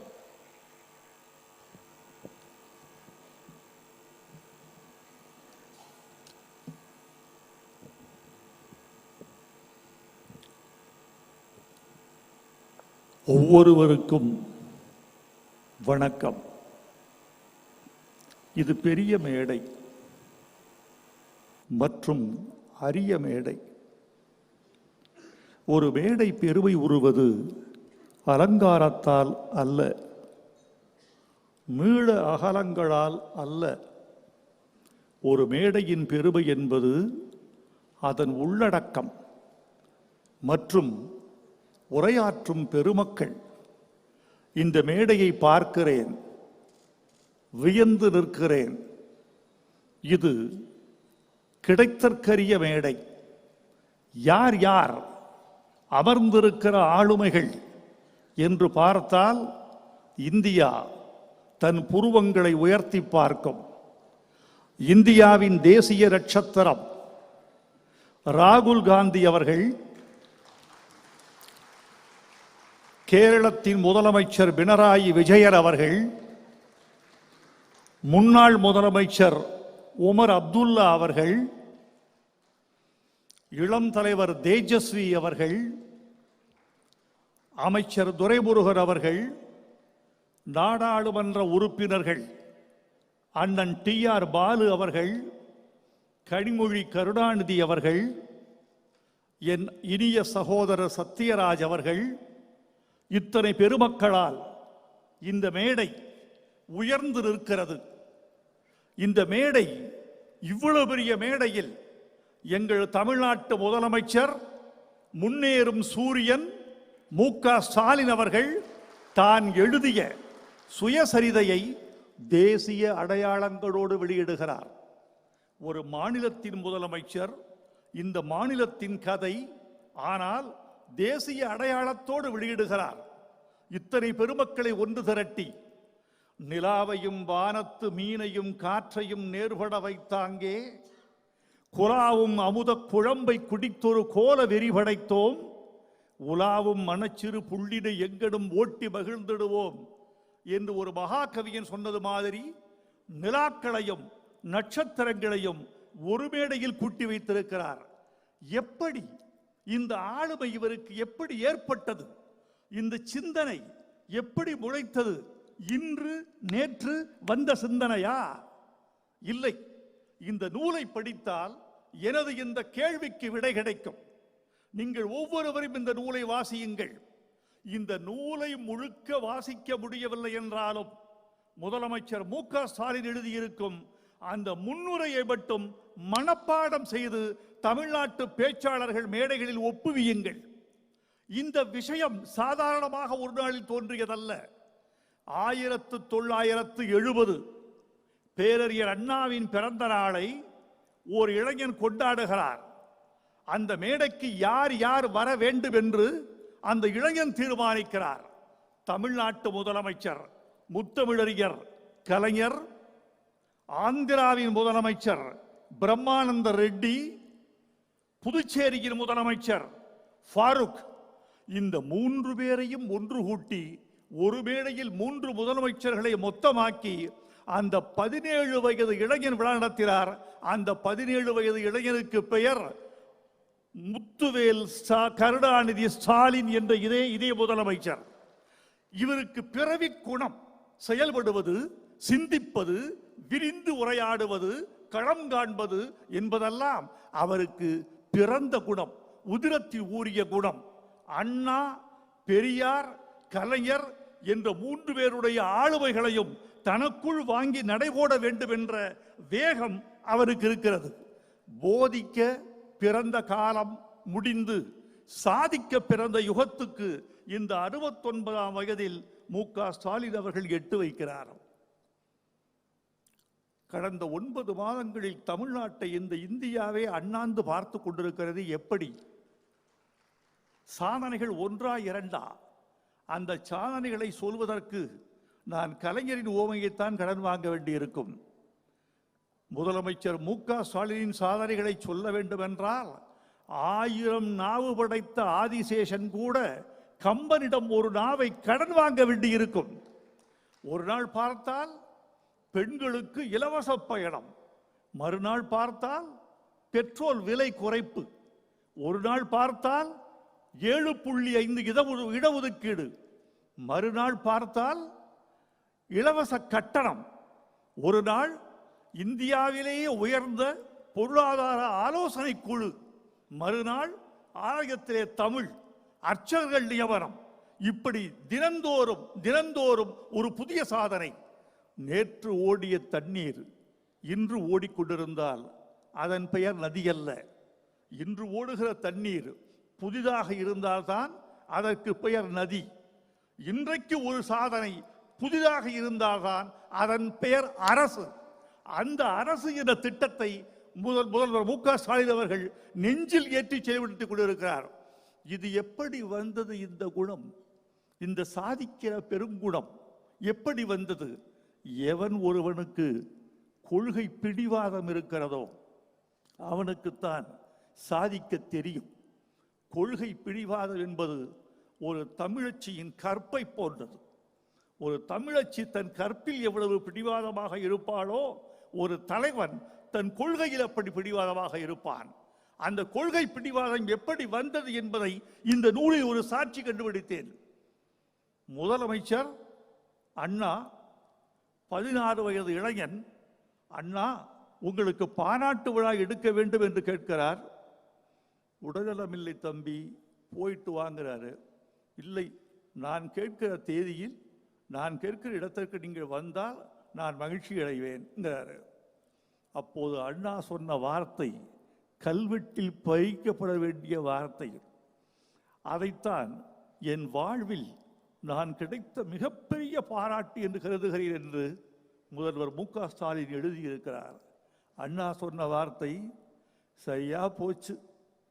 பிடிவாதத்தில் உங்க அப்பனை விஞ்சி விடுவாய் போல் இருக்கிறதே. இது அண்ணா சொன்னது. அண்ணா சொன்ன அந்த பிடிவாதம் தான், கொள்கை பிடிவாதம் தான் இவரை இந்த உயரத்திற்கு கொண்டு வந்திருக்கிறது என்று நான் நினைக்கிறேன். இன்னொன்று, என்னை போன்றவர்கள் அவரை பக்கத்தில் இருந்து நேசிப்பதற்கும் அவரை மதிப்பதற்கும் இவரை உயர்த்தி பிடிக்க வேண்டும் என்று கருதுவதற்கும் உரிய மிக முக்கியமான காரணம் அவரது மொழிப்பற்று. அந்த மொழிப்பற்று என்பது ஒரு நாளில் இரு நாளில் வந்ததல்ல. அவர் ரத்தத்தில் ஊறிய குணம், இதயத்தின் துடிப்பின் ஓசை இருந்த தமிழ் பற்று கேட்டுக்கொண்டே இருக்கிறது. திராவிட இயக்கத்தினுடைய கொள்கைகள் ஒவ்வொரு தலைமுறைக்கும் கடத்தப்பட்டு கொண்டே வருவதற்கு காரணம் கொள்கைதான், கொள்கை பிடிப்பு தான், மொழிப்பற்று தான், சுயமரியாதை தான், பகுத்தறிவு தான். இந்த கொள்கைகளை தாண்டித்தான் ஒரு நூற்றாண்டு பயணிக்கிறது.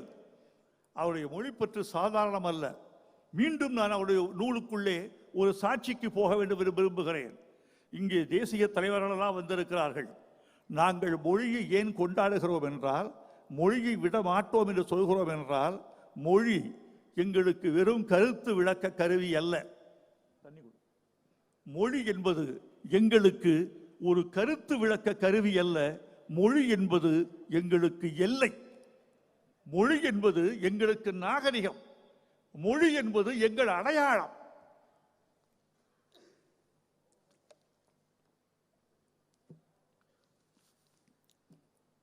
இதற்கு மொழியை நாங்கள் பிடித்துக் கொண்டதற்கு காரணம், நான் சொன்னால் ஒரு தமிழ் கவிஞன் சொல்கிறார் என்று இருக்கும். நான் அறிஞர் பெருந்தகை அம்பேத்கர் அவர்களை தொலைக்கணைக்கிறேன். இந்தியா முழுக்க பேசப்பட்ட மொழி தமிழ் மொழி என்பதற்கு அம்பேத்கர் சாட்சி சொல்கிறார். Tamil are Dravida was not the language of South India, but before Aryans came, it was spoken all over India from Kashmir to Cape Comorin. இதை சொன்னவர் அம்பேத்கர் அவர்கள். அண்ணா சொன்னால் நிராகரிக்கலாம், பெரியார் சொன்னால் சந்தேகப்படலாம். அம்பேத்கர் சொன்னார் இந்த கருத்தை. இந்தியா முழுக்க பேசப்பட்டிருக்க வேண்டிய மொழி இன்றைக்கு 32,87,263 சதுர கிலோமீட்டருக்கு பேசப்பட்டிருக்க வேண்டிய தமிழ் மொழி, இந்தியா முழுக்க பேசப்பட்டிருக்க வேண்டிய தமிழ் மொழி வெறும் 1,60,60,030 சதுர கிலோமீட்டர் கொண்ட தமிழ்நாட்டு எல்லைக்குள் சுருக்கப்பட்டிருக்கிறது. சுருக்கப்பட்டதற்கு காரணமே மொழியை பிற சக்திகள் அடித்து துரத்தி துரத்தி துரத்தி இந்தியாவிலிருந்து தெற்கு முறைக்கு திருப்பிவிட்டன. இருக்கும் நிலத்தையும் நாங்கள் இழந்து விட மாட்டோம், அதற்குத்தான் எங்களுக்கு மொழிப்பற்று. இருக்கும் கலாச்சாரத்தை இழந்து விட மாட்டோம், அதுதான் மொழிப்பற்று. கோவை மாணவர் மாநாட்டில் 70 இதே இளைஞர் அன்று பேசுகிறார், என் தாய்மொழிக்காக நான் உயிரை கொடுக்கவும் தயார். மேடையில் கலைஞர் இருக்கிறார். என் தந்தைக்கு சில பிள்ளைகள் இருக்கிறார்கள், நான் ஒருவன் போனால் அவர் ஒன்றும் கவலைப்பட மாட்டார். இப்படி பேசி வந்த குடும்பம் தான் இந்த தமிழ்நாட்டை ஆளுகிறது. ஏதோ மேலோட்டமாக வந்தவர்கள் அல்ல, கொள்கையை உதிரத்தில் ஊற்றிக்கொண்டவர்கள் அவர்கள். அதனால்தான் இவ்வளவு பெரிய இயக்கத்தை அவர்கள் கட்டிக்காக்க முடிகிறது. நித்தம் ஒரு சாதனையை அவர்களால் புண்டிக்கொள்ள முடிகிறது. மிக முக்கியமான செய்தி தோழர்களே, இந்த திராவிட மாடல் என்பது ஒரு நூற்றாண்டு இயக்கம் கட்டி காத்த கொள்கையின் பிழிந்த வடிவம். திராவிட மாடல் என்பது என்ன என்று பல பேர் கேட்கிறார்கள். முதலமைச்சரே பதில் சொல்லியிருக்கிறார். எங்கள் சமூக நீதி, சுயமரியாதை, பொருளாதாரம், சமூகம், இந்த நான்கினுடைய உரிமைகள் சமமாக சமத்துவமாக இந்த மக்களுக்கு வழங்கப்பட வேண்டும் என்பதுதான் திராவிட மாடல். இந்திய தலைவர்களை பார்த்து கேட்கிறேன், இந்த திராவிட மாடல் தான் உங்களை ஒன்றுபடுத்தக்கூடிய சக்தியாக கூட நாளை திகழலாம். தென்னகத்திலே தோற்றுவித்த இந்த செய்தி ஏன் வடநாட்டையும் ஆளக்கூடாது? இது பொது. உங்களுக்கு பிடிக்கவில்லை என்றால் திராவிட என்ற வார்த்தையை சற்றே தள்ளி வைத்துக் கொள்ளி கூட நீங்கள் எங்கள் தமிழ்நாட்டு மாடல் என்று கூட எண்ணிக்கொள்ளலாம், சமூக மாடல் என்று கூட எண்ணிக்கொள்ளலாம். இந்தியா முழுக்க சமத்துவம் பரவுவதற்கு இந்த திராவிட மாடலை கட்டி அமைத்து கொடுத்த இளைஞர் நம்முடைய முதல்வர் மு.க. ஸ்டாலின் அவர்கள். இந்த நூலில் நான் பார்ப்பது என்ன தெரியுமா? நான் பெரியாரை, அண்ணாவை, கலைஞரை எண்ணி பார்க்கிற போது பெரியாரின் நீட்சி அண்ணா என்றும், அண்ணாவின் நீட்சி கலைஞர் என்றும் நான் கருதி கொள்கிறேன். மு.க. ஸ்டாலின் அவர்களை நான் எப்படி கருத வேண்டும் என்று கருதுகிறேன் என்றால், இந்த 3 பேரின் நீட்சி என்று சொல்வதை விட இந்த 3 பேரின் திரட்சியாக ஆசைப்படுகிறவர் என்று நீங்கள் புரிந்து கொள்ள வேண்டும். அதை நோக்கித்தான் பயணப்படுகிறார். இந்த நூலில் நான் நெஞ்சில் எழுதி அப்பிக்கொண்ட ஒரு சம்பவம் ஒன்று உண்டு. 5வது திமுக மாநாடு காஞ்சிபுரத்தில் நடக்கிறது. லட்சிய சுடரை ஏந்தி ஒரு இளைஞர் கூட்டம் சென்னையிலிருந்து தொடங்கி, அண்ணா சாலையில் தொடங்கி காஞ்சிபுரம் மாநாட்டுக்கு அந்த லட்சிய சுடரை ஏந்தி கொள்கிறது. காஞ்சிபுரத்தின் எல்லையிலிருந்து ஒரு இளைஞன் அந்த சுடரை தன் கையில் உயர்த்தி கொண்டு காஞ்சிபுரத்தின் நெடுஞ்சாலைகளில் வழியே ஓடுகிறார். ஓடி ஓடி அதை கலைஞரிடம், நாவலரிடம், பேராசிரியரிடம் அந்த இளைஞன் ஒப்படைக்கிறார். அப்படி தியாகச் சுடரை, திராவிட சுடரை ஒப்படைத்த இளைஞன்தான் இந்த தமிழ்நாட்டை ஆண்டு கொண்டிருக்கிற மு.க. ஸ்டாலின் அவர்கள் என்பதை நீங்கள் யாரும் மறந்துவிடக் கூடாது. நான் இப்போது திருப்பி பார்க்கிறேன். அந்த 3 பேரிடமும் நீங்கள் கொடுத்த திராவிட சுடரை இன்று 3 பேரும் சேர்ந்து உங்கள் வசம் கொடுத்திருக்கிறார்கள். ஏந்திக் கொண்டு ஓடுங்கள். நீங்கள் செல்லுகிற திசையெல்லாம் இருள் கிழியட்டும். நீங்கள் செல்லுகிற திசையிலெல்லாம் ஒளி பரவட்டும். நீங்கள் செல்லுகிற திசையிலெல்லாம் அக்னி தெரிக்கட்டும். ஓடிக்கொண்டே இருங்கள். இது கலைஞருக்கு ஒரு நெஞ்சுக்கு நீதி, கலைஞரின் நீட்சியாக விளங்குகிற மு.க. ஸ்டாலின் அவர்களுக்கு உங்களில் ஒருவன் ஒரு நெஞ்சுக்கு நீதி. வாழ்க நீங்கள், வளர்க உங்கள் தொண்டு, உங்கள் எழுத்து தொடர வேண்டும். 6 பாகம் எழுதினார் கலைஞர் அவர்கள். அதை தாண்டி நீங்கள் 7 பாகம் எழுத வேண்டும். உங்களுக்கு இயற்கை நீண்ட ஆயுளையும் நிறைந்த சக்தியையும் கொடுக்கட்டும் என்று வாழ்த்தி விடைபெறுகிறேன். நன்றி, வணக்கம். இனிய வாழ்த்துரைக்கு நன்றி ஐயா. முத்தமிழறிஞருக்கும் இவரது குடும்பத்தினருக்குமான தொடர்பு 3 தலைமுறைகளை கடந்து நிற்கிறது. தேசத்தின் உச்சத்திலிருந்து சீரும் சிங்கங்களாய் வலம் வரும் அப்துல்லா குடும்பத்தின் வாரிசு திரு உமர் அப்துல்லா அவர்களை வாழ்த்துரை வழங்க அன்புடன் அழைக்கிறோம். We proudly welcome Lion of Kashmir, Thiru Umar Abdullah, to deliver his special address.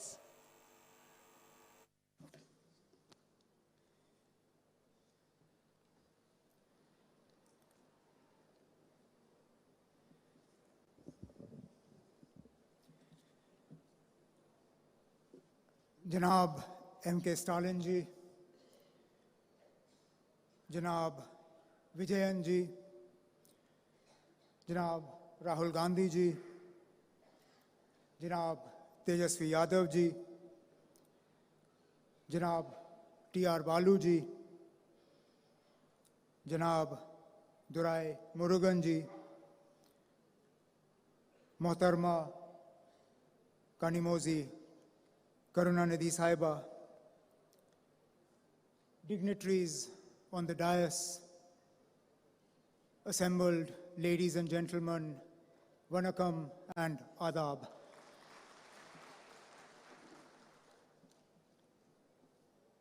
It is indeed an honor and a pleasure for me to have traveled from the cold climes of Kashmir to the extremely warm, both in terms of climate and in terms of the love and hospitality here to Chennai today.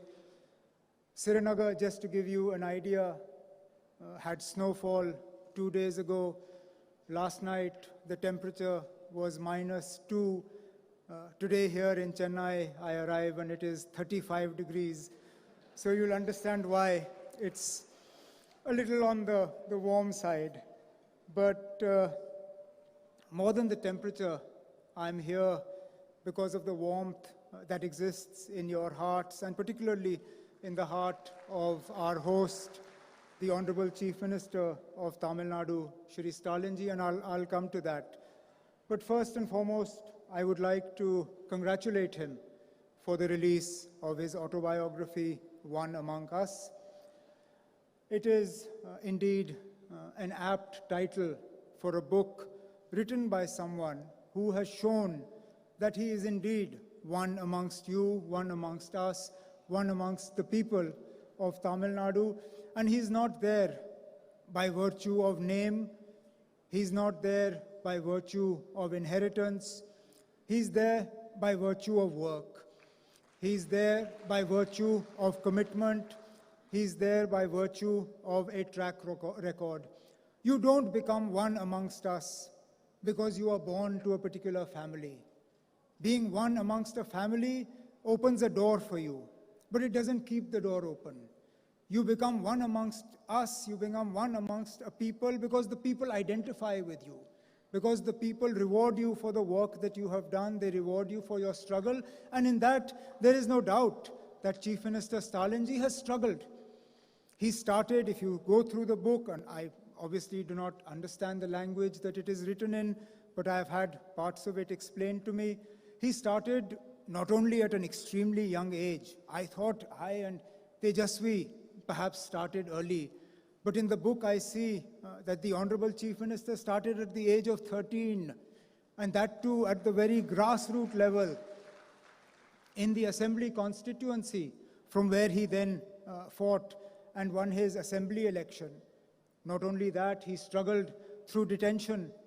I have been detained more recently than he was, but 1 year of an unjust detention in jail is also something that adds to that struggle. It adds to building that character. And then, of course, his commitment to social justice, his commitment to empowering the people of Tamil Nadu, to ensuring that development reaches to every corner of his state is perhaps best exemplified and best explained in the recent victory of the party he heads, of the DMK, in the urban local body elections in Tamil Nadu, which the party swept and swept in such a resounding manner that even as far as Jammu and Kashmir, we were reading that the DMK made inroads into parts of Tamil Nadu that traditionally had never voted for the DMK, but voted for the first time, this time for the DMK, looking at the commitment of the party to social justice, to empowering people, and that, I believe, is why when he chooses the title of his book, One Amongst Us, it is not an exaggeration. It is something that the people of Tamil Nadu, through the use of their vote, have shown that yes, he is considered one amongst you, one amongst us, one amongst the people of Tamil Nadu, and therefore I would like to congratulate him for this book and hope that he has a long and successful political career, so that politicians like to write in volumes. We don't like to write just one. So this, I hope, is the first volume, and over the course of a long and illustrious career, we will have many opportunities to release volume 2, volume 3, volume 4, and so on and so forth. So there will be many more volumes of the book. Now I come to another reason why I am here. In times of adversity, one knows who one's friends are. The people of Jammu and Kashmir, myself, my father, we went through a period of adversity that we could have seldom imagined. I don't think any of us thought that we would see what we did on the 5th of August 2019. And that's when we woke up to who our real friends were. Because a lot of people who we thought were friends were silent. A lot of people who we thought would speak up at the unjust way in which Jammu and Kashmir was treated, said nothing. A lot of people who we had great, close personal relations with, not only were silent, but were actually complicit and supportive of what happened on the 5th of August 2019. Yet as far as Tamil Nadu is from Jammu and Kashmir geographically, the way in which the voice of Janab Stalin Sahab, of his colleagues, of the people of Tamil Nadu was heard by the people of Jammu and Kashmir, criticizing and condemning what was done to the people of Jammu and Kashmir, the way in which we were detained, the way in which we were locked up, the way in which the constitution was completely dismembered, is something that we will never forget. And that is why I am here, not only in my personal capacity, not only on behalf of my father, but on behalf of the people of Jammu and Kashmir, to say, Stalin Sahab, thank you very much. Thank you. Thank the DMK. Thank you to the people of Tamil Nadu for your friendship, for your support. And all I can say is that we are an extremely small state. We are an extremely small political party. We are very far from where you are. But if there is ever a time when you need us, if there is ever a time when you need us to speak for you, to speak with you, to stand with you, we will be with you, come rain, come snow. We will be with you shoulder to shoulder to show that, as you proved, a friend in need is a friend indeed, and this is something that we will never forget.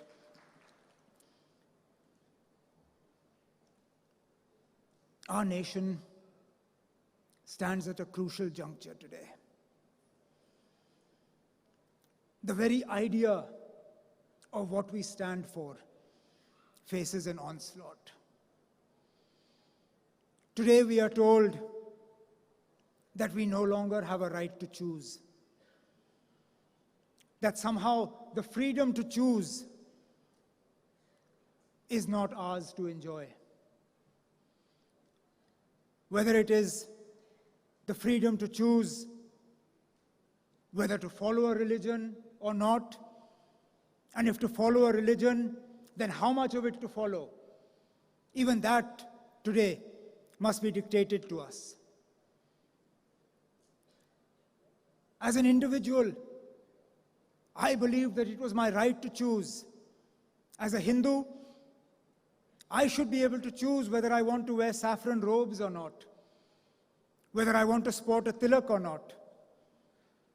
As a Sikh, I believe that it is my right to choose whether to tie a turban or not. As a Muslim, I believe it is my right to choose whether to wear a cap or sport a beard, or wear a burqa or a skull or a scarf or a hijab. Because that as an individual is between me and my God. Yet for some reason today in this country that we call India, that choice, that freedom is to be denied to us. The freedom to choose what language I wish to speak, whether I wish to speak to my people in Kashmiri, in Urdu, in Hindi, in Tamil, in English. Somehow I am being told that that choice, that freedom, threatens the idea of India. How I choose to dress, whether I wear a veshti, whether I wear a kurta pajama, whether I wear jeans or a t-shirt, that somehow that choice, that freedom, that offends the idea of India. But to my mind, it is that very freedom, that very choice, that is the idea of India. The diversity of India. The diversity of India, north to south, east to west, that allows me to choose where I live, how I live, what I eat, what religion I follow, what I wear. That is the idea of India. And if that choice is taken away, then that idea of India is being taken away from me. And it is that idea of India that we must protect. India is too large a country for some homogeneous idea of India to prevail on everybody. It is a similar onslaught in the idea of what allows the government of India, how you govern a country as diverse as India. India as a federal unit is enshrined in our constitution. Yet there is a continuous onslaught on the powers of the state to decide for themselves what is in the interests of the people of Tamil Nadu, of Kerala, of Jammu and Kashmir.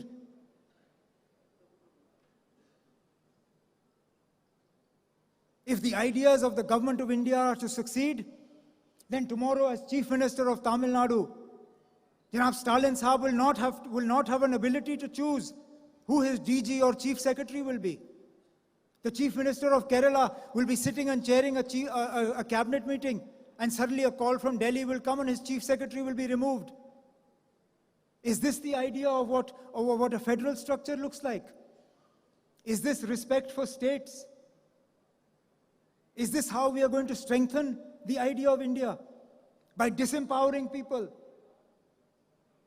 See, what starts in Jammu and Kashmir does not end in Jammu and Kashmir. The experiments of Jammu and Kashmir then get utilized in other parts of the country. So I'm here not just as a victim of what has been done, but as a warning of what can be done. My state was divided into two parts and reduced to a union territory without the consent of the people of Jammu and Kashmir. They were not asked whether this is something they wanted. This is the first time in the history of India that a state was downgraded to a union territory. And without so much as the permission of the people of Jammu and Kashmir, it was rendered into two different parts. Not only did the governor take on the powers of the assembly, but then in turn gave himself the powers of the Constituent Assembly to make changes to Jammu and Kashmir. What stops them tomorrow from doing the same to Tamil Nadu or to Kerala? What stops them tomorrow from declaring governor's rule and the chief minister taking on the powers of the governor taking on the powers of the assembly, and then unilaterally deciding that Tamil Nadu will be split into 3 parts, and what will you do? Therefore, it is very important that like-minded parties, like those represented on the dais today and those who are not here, that believe in the idea of India, that believe in the idea of India as a country that is united because of its diversity, that is united because we are different north to south, east to west, because what unites us is the idea of India, the ideals that are enshrined in the country that is Bharat, that is India. And that is what I hope that together we all can protect. And that is the message that I bring with me from the people of Jammu and Kashmir, that what started in Jammu and Kashmir may not end in Jammu and Kashmir. And therefore it is important that we continue our struggle. It is a right struggle. It is a just struggle. It is an imbalanced struggle. Because the fight we wage is not against a political party. It is against an entire machinery. Tejasvi made mention of it in his speech when he talked about how institutions have been completely eroded and institutional autonomy has been done away with.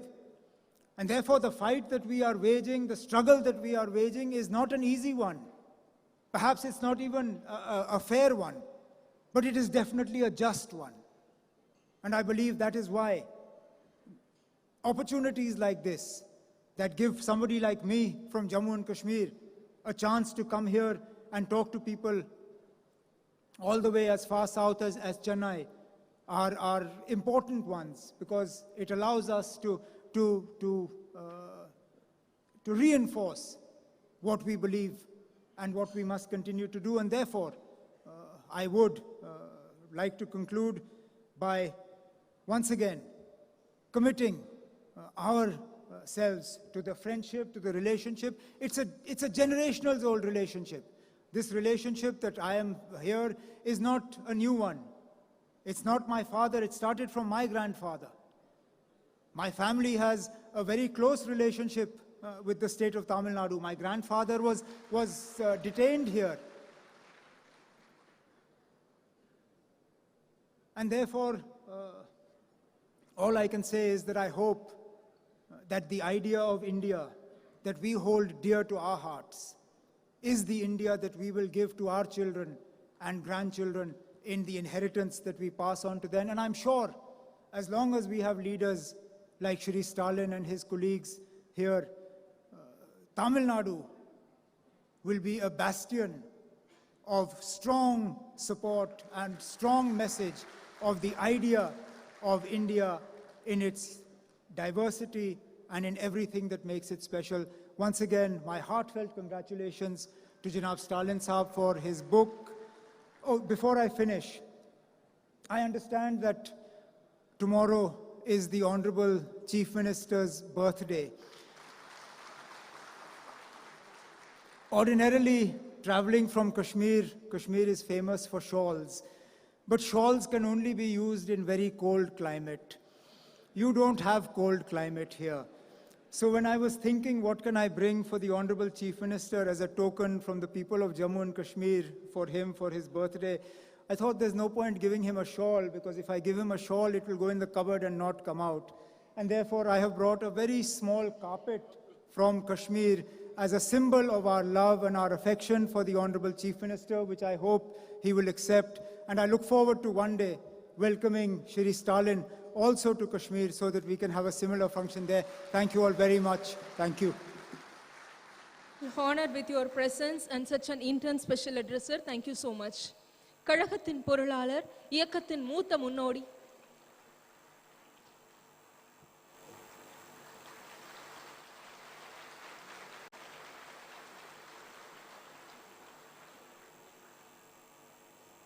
Thank you sir. தற்போது கழகத்தின் பொருளாளர், இயக்கத்தின் மூத்த முன்னோடி, நாடாளுமன்ற திமுக குழு தலைவர் மாண்புமிகு திரு TR பாலு MP அவர்களை முன்னிலை உரை வழங்க அன்புடன் அழைக்கிறோம். விழா நாயகன் மாண்புமிகு தமிழக முதல்வர் எங்கள் ஆர்வீர் தளபதி அவர்களே, நிகழ்ச்சியில் தலைமையேற்று நடத்தி கொண்டிருக்கின்ற எங்கள் அன்புக்குரிய அண்ணன் மாண்புமிகு அமைச்சர் கழகத்தின் பொதுச் செயலாளர் துரைமுருகன் அவர்களே, விழாவில் முதல் நூலை வெளியிட்டு சிறப்பித்துக் கொண்டிருக்கின்ற அன்புக்குரிய இந்திய திருநாட்டினுடைய காங்கிரஸ் இயக்கத்தினுடைய முன்னாள் தலைவர் மரியாதைக்குரிய ராகுல் காந்தி அவர்களே, விழா சிறப்புரையாற்ற வருகை தந்துள்ள என் அன்புக்குரிய மாண்புமிகு கேரள முதல்வர் பினராயி விஜயன் அவர்களே, முன்னாள் காஷ்மீர் முதல்வர் அருமை நண்பர் உமர் அப்துல்லா அவர்களே, பீகார் மாநில எதிர்க்கட்சித் தலைவர் அன்புக்குரிய நண்பர் தேஜஸ் யாதவ் அவர்களே, வரவேற்புரையாற்றிய அன்பு சகோதரி கனிமொழி MP அவர்களே, இந்த நிகழ்ச்சியை சிறப்பித்துக் கொண்டிருக்கின்ற என் அன்புக்குரிய சகோதரி மல்லிகா மாறன் அவர்களே, திருமதி மல்லிகா மாறன் அவர்களே, அன்புக்குரிய அண்ணன் முரசொலி செல்வம் அவர்களே, அன்புக்குரிய சகோதரி துர்கா ஸ்டாலின் அவர்களே, என் ஆரியூர் தம்பி உதயநிதி ஸ்டாலின் அவர்களே, நிகழ்ச்சியிலே கலந்து கொண்டிருக்கின்ற அருமை அண்ணன் வைரமுத்து அவர்களே, அன்புக்குரிய நடிகர் சத்யராஜ் அவர்களே, அனைத்து தோழமை கட்சிகளினுடைய தலைவர்களே, கழக மாவட்ட செயலர்களே, பாராளுமன்ற சட்டமன்ற உறுப்பினர்களே, பெரியவர்களே, தாய்மார்களே, உங்கள் அனைவருக்கும் என்னுடைய பணிவான வணக்கங்களை முதலிலே தெரிவித்துக் கொள்கிறேன். ஒரு நிமிஷம் ஆயிடுச்சு, இன்னும் ஒரு நிமிஷம் தான் இருக்குது. காந்தி கவலைப்படாது, ஒரே ஒரு நிமிஷம் தான் இருக்குது. இந்த ஒரு நிமிடத்தில் என்ன பேசுறது? எனக்கு முன்னாலே பேசிய 2 பேர் பேசினாங்க. இந்திய திருநாட்டிலிருந்த பல்வேறு மாநிலங்களிலிருந்து வந்திருக்கின்ற பீகார் இப்போது இருக்கின்ற எதிர்க்கட்சி தலைவர் தேஜஸ்வி அவர்கள் பேசினார்கள். அதற்கு பிறகு காஷ்மீர் முன்னாள் முதல்வர் உமர் அப்துல்லா பேசினாங்க. 2 பேருமே இளம் தலைவர்கள். இந்த 2 தலைவர்களுடைய மனதில் இருக்கின்ற அழுத்தங்கள் எவ்வளவு என்பதை நீங்கள் நன்றாக புரிந்து கொண்டீர்கள். தேஜஸ்வி பேசும்பொழுது கடைசியிலே பேசினார், நான் கவலைப்படுகிறேன், ஒரு கலெக்டிவாக எல்லோரும் ஒற்றுமையாக இருந்து நாம் போரிட தவறி விடுகிறோம் என்று கடைசியிலே முடித்தார். உமர் அப்துல்லா பேசின நேரத்தில் சொன்னார், இந்த நாட்டில் இருக்கின்ற எல்லோருக்கும் சுதந்திரம் இல்லை, மத சுதந்திரம் இல்லை, கலாச்சார சுதந்திரம் இல்லை, பண்பாடு சுதந்திரம் இல்லை. என்னுடைய நாடு, என்னுடைய மாநிலம் பிரித்து போடப்படுகிறது. அதற்கு காரணம் இந்த நாட்டில் இருக்கின்ற மிகப்பெரிய பெரும்பான்மை உள்ள மதச்சார்புள்ள மதத்தை வைத்துக் கொண்டு நாட்டை பிரிவினை சக்திகள் இன்றைக்கு கையாண்டு கொண்டிருக்கின்ற நிலையை அவர் தெளிவாக எடுத்து சொல்லிவிட்டு போனார். பாராளுமன்றத்தில் எங்களுடைய அன்பு தலைவர் தளபதி அவர்கள் சொல்லியபடி நாங்கள் இவர் என்ன கருத்து சொன்னாரோ அதெல்லாம் எடுத்து சொல்லியாச்சு. யாரும் கேட்க மாட்டாங்க. என்ன கேட்கறது என்ன சான்ஸ் இருக்குது? 303 பேர் இருக்காங்க. இந்த 303 பேர் அவங்கள ஜெயிக்க விட்டது யாரு? இதைத்தான் நான் நிறைய பேச முடியாது. மிகவும் டைம் கன்சென்ட் ரொம்ப அதிகமாக இருக்கு. இந்த ஒரு நிமிஷத்தில் பேச விரும்புகிறேன். என்ன அந்த ஆளுங்கட்சிக்கு என்ன தகுதி இருக்குது, யோக்கியதை இருக்கிறது என்று நீங்க கேட்கலாம். 303 பேர் இருக்கிறாங்களே நீங்க சொல்லலாம். ஆனா ஒன்று, இந்த 303க்கு ஒட்டுமொத்தமாக அவர்கள் பெற்ற வாக்கு எண்ணிக்கை எவ்வளவு, வாக்கு சதவிகிதம் எவ்வளவு? 37%. 37% கொண்ட வாக்குரிமை பெற்றவர்கள் இந்த நாட்டை ஆண்டு கொண்டிருக்கிறார்கள். 303 உறுப்பினர்களை கொண்டு 63% கொண்ட இந்த நாட்டில் இருக்கின்ற எதிர்க்கட்சிகள், இங்கே உட்கார்ந்து இருக்கின்ற எதிர்க்கட்சி தலைவர்களுக்கெல்லாம் சொல்லிக் கொள்ள விரும்புகிறேன். இன்று ஒன்று கூடுகிறீர்கள். தென்னகத்திலே என்னுடைய அன்பு தலைவர் தளபதி அவர்களுடைய முன்னிலையில், அவருடைய தலைமையில் இன்றைக்கு ஒன்று கூடியிருக்கிறீர்களே, இந்த நிலை மேலும் மேலும் அதிகரிக்க வேண்டும். 1996 போல, 2004 போல எல்லா அன்றைக்கு இருந்த கட்சிகளை விட இன்னும் சில நண்பர்களை சேர்த்து கொண்டு ஒற்றுமையாக நீங்க போரிட்டால்தான் திராவிட மாடல் அரசியல், எங்களுடைய அன்பு தலைவர் தளபதி அவர்கள் இன்றைக்கு முன்மொழிந்திருக்கிறாரே, அந்த திராவிட மாடல் அரசியல், மாநில சுயாட்சி, மதச்சார்பின்மை, இந்த மதச்சார்பையும் மாநில சுயாட்சியும் சமூக நீதியோடு கலந்து எல்லாம் சேர்ந்த கலவை தான் திராவிட மாடல். இந்த திராவிட மாடல் ஐயா வைரமுத்து அவங்க சொன்னாங்க, திராவிட மாடல் சொல்லுங்க, எந்த வேணாலும் சொல்லுங்க, ஆனால் திராவிட மாடல் சொல்லுங்க, தமிழ்நாட்டு மாடல் எது வேணாலும் சொல்லுங்க. இது தளபதி அவர்களை முன்னிறுத்தி இன்றைக்கு திராவிட மாடல் அரசியல் சமூக நீதியினுடைய தலைவராக சமூக நீதி இயக்கத்தை இன்றைக்கு தோற்றுவித்திருக்கின்ற எங்களுடைய அன்பு தலைவர் தளபதி அவர்கள் தலைமையில் ஒன்று கூட வேண்டும் என்று நான் சொல்லவில்லை. யார் தலைமையில் வேணாலும் கூடுங்க, எல்லோரும் ஒன்னா சேருங்க. நேரடியாக பார்க்கும்போது கட்டிப்பிடித்துக் கொள்கிறோம், வேற்றுமையை மறந்து ஒரு கட்டிப்பிடித்து தொழில் கொள்கிறோம். ஆனால் தேர்தல் வந்தால் நெல்லிக்காய் மூட்டை அவுத்து விட்டது போல எங்க தனித்தனியாக நின்று கொண்டு இருக்கிறோம். தனித்தனியாக இருக்கின்ற காரணத்தினால் இந்த நாட்டினுடைய வாக்குகள் பிரிந்து போகின்றன, ஒற்றுமை இல்லாமல் போகிறது. எதிர்க்கட்சியில் ஒற்றுமை இல்லாத நிலையில தான் இன்றைக்கு இந்த நிலை உருவாகிறது. இனிமேலாவது நாம் எல்லோரும் ஒன்றாக சேர்ந்து இன்றைக்கு வந்திருக்கின்ற தமிழகத்திற்கு தலைவர்கள் எல்லோரும் ஒன்றாக சேர்ந்து எப்படியாவது மதவெறியாடி கொண்டிருக்கிற மதத்தை தலைப்பாக வைத்துக் கொண்டு இன்றைக்கு ஆட்டம் போட்டுக் கொண்டிருக்கின்ற இயக்கம் இந்த தடவையோடு முடித்து வைக்கப்பட வேண்டும். இனிமேல் அவர்கள் ஆட்சிக்கு வரக்கூடாது என்றால் அருள் கூர்ந்து எல்லோரும் ஒன்று சேருங்கள். அன்பு தளபதி அவர்களுடைய இந்த விழாவில், அவருடைய பிறந்தநாள் விழாவுக்கு முதலில் நடக்கின்ற இந்த விழாவில், அவருடைய புத்தக வெளியீட்டு விழாவில் அவரை பாராட்டுவது என்பது நான் அப்படி சொல்ல வேண்டிய அவசியமே கிடையாது. அவரை என்னை பிரித்து பார்க்கவே முடியாது. அந்த அளவுக்கு இளம் வயதிலிருந்தே வளர்ந்தோம். அதற்கு பிறகு இன்றைக்கு இமாலய அளவுக்கு புகழை சேர்த்திருக்கிறார். இந்த இமாலயத்திற்கு முண்டாசு கட்டுவது என்னால் முடியாது. அவருடைய போக்கு, அவருடைய வாழ்த்து இந்த அனைத்து இந்தியாவில் இருக்கின்றவர்கள் மட்டுமல்ல, அகில உலகத்திலும் இருக்கின்றவர்கள் இன்றைக்கு வாழ்த்தி கொண்டிருக்கிறார்கள். அவருடைய புகழ்மலைக்கு நானும் புகழை சேர்த்து அமைகிறேன். வணக்கம், நன்றி. நன்றி ஐயா. கொள்கையிலும் கோட்பாட்டிலும் திராவிட இயக்கத்தோடு ஒத்துசையும் மார்க்சிய இயக்கத்தின் மகத்தான மாண்புமிகு கேரள முதலமைச்சர் திரு பினராயி விஜயன் அவர்களை வாழ்த்துரை வழங்க அன்புடன் அழைக்கிறோம். Father of modern Kerala is here to deliver his special address.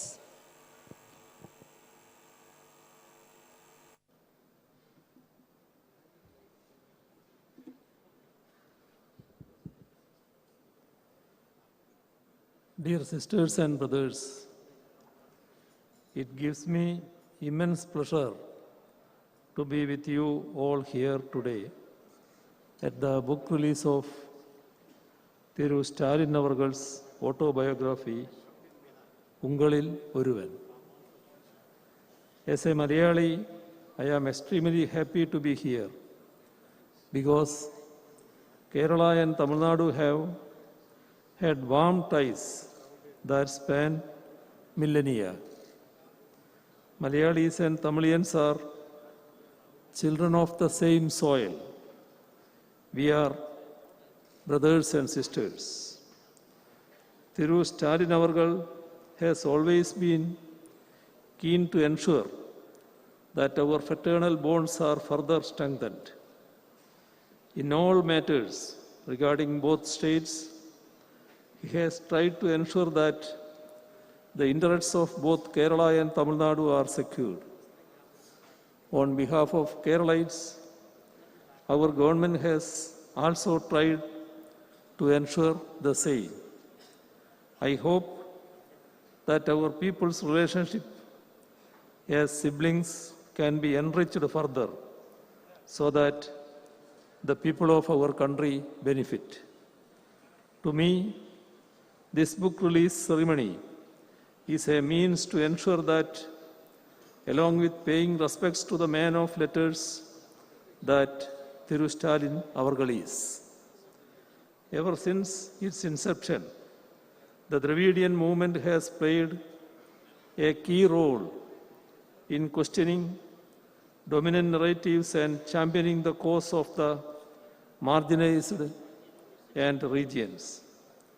It has also stood against superstitions and malpractices as a torchbearer of logic, reason, and scientific temper, protecting and strengthening the multicultural and plural outlook of the Indian society, and enriching mother tongues have also been primary concerns of the Dravidian movement.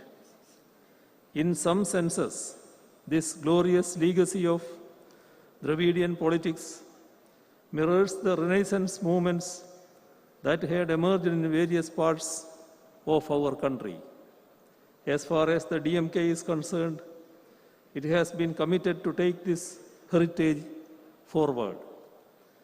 Much like it had in Kalaignar Karunanidhi, in Thiru Stalin Avargal, the DMK has an able and seasoned leader who has risen from within the ranks of the party and can take it forward, battling the present challenges that our polity and society face. He spent several years as a youth leader before becoming a state-level leader and ultimately taking over the reins of the party. Even as an elected representative, he started right from the grassroots in the Chennai Corporation. Later on, it was after stints as the Minister for Municipal Administration and Rural Development, Deputy Chief Minister, and the Leader of Opposition that he assumed the Chief Ministership of Tamil Nadu. His vast experience in standing with the people at different levels is certainly being reflected in his leadership today, which reminds us of his illustrious father's inimitable style. Thiru Stalin Avargal is one among the first in the country who stands up in defense of federalism whenever it comes under attack. When the rights and powers of states are sought to be trampled upon, he stands unflinchingly to secure them. When India's different cultures, languages, and faiths are belittled and sidelined, he is unequivocal in championing them. Such is his deep sense of commitment to our pluralism, federalism, secularism, and constitution. We are in times when we should stand united for them and in defense of our democracy. Only then can we ensure that the communal and authoritarian powers that hold sway in our country today give way to the progressive, secular, and democratic powers that ought to hold sway if India is to remain free and fair for all its citizens. I am sure that he will continue to fight for the same in the times to come too. Both Thiru Stalin Avargal and I had been imprisoned under draconian laws and tortured during the emergency. As people who have been deprived of our basic freedoms for standing up against injustices, fighting for the freedom of those who have been oppressed by the system comes naturally to us. This has been reflected in his interventions for the backward communities and students. He has been in the thick of coordinating the fight against those who are misusing the system to divide us and oppress us. And in that joint fight, he has displayed statesmanship by bringing more allies into its fold and accommodating them based on ground realities. In the first part of Thiru Stalin Avargal's autobiography, Ungalil Oruvan, that is being released today. It is a detailed account of the first 23 years of his life, right from his birth to his incarceration during the national emergency. The household he was born and brought up in, his schooling and college days, his interactions with Periyar and Anna, his early political activism as a student, his initial stints with theatre and cinema, his use of theatre, forms of political campaigns, the formation of the DMK's youth wing, his local level work for the DMK, and his election to local level leadership of the party, and his wedding have been detailed over 27 chapters. Ungalil Oruvan is not simply an account of the personal life of Thiru Stalin Avargal. It is a first-hand account of the social and political history of the state of Tamil Nadu. It gives us a glimpse of the literacy and cultural activism that is intertwined with Dravidian politics. It gives us an insider's take on how Dravidian politics made inroads into the youth and students of Tamil Nadu. It offers insights on the idea of self-respect, a cornerstone of the Dravidian movement. It delves into the struggles organized to protect one's mother tongue and freedom as well, with the churnings in India's polity and society during the 1960s and 70s. Let me conclude by reciting the stage the Sikh poet Thiruvallur. Let me remember Thiruvallur, a man with a loving heart belongs to another person. I am quoting Thiruvallur. A man with a loving heart belongs to another person. Love allows him to extend life beyond its limits. If you go through this autobiography, I am sure you will find a great man who has immense concern for his fellow beings. His love, concern, and affection towards the people truly get reflected in this book. Without an iota of doubt, I can say that Thiru Stalin Avargal belongs not just to him alone, but to the society as a whole. It is against this backdrop that the title of the book, Ungalil Oruvan, becomes meaningful in every sense. As someone who has always tried to read as many books as possible, I can undoubtedly say that I am eagerly waiting for the subsequent parts of Ungalil Oruvan. Part 1 certainly provides a sneak peek into what is to follow. By reading this book, one will be touching the man, Thiru Stalin Avargal. I hope that this autobiography, which makes a good read, will be well received by the public. I express my gratitude for inviting me also to be a part of this book release ceremony and convey my best wishes to the author, Brother Stalin. I gather that it is his birthday tomorrow. Let me also extend advance birthday greetings to him. Thank you. தங்கள் வாழ்த்துரைக்கு மிக்க நன்றி ஐயா. மாணவ பருவகாலம் முதல் இயக்கம் வளர்த்த முன்னோடி கழகத்தின் பொதுச் செயலாளர் மாண்புமிகு திரு துரைமுருகன் அவர்களை தலைமை உரையாற்ற அன்புடன் அழைக்கிறோம்.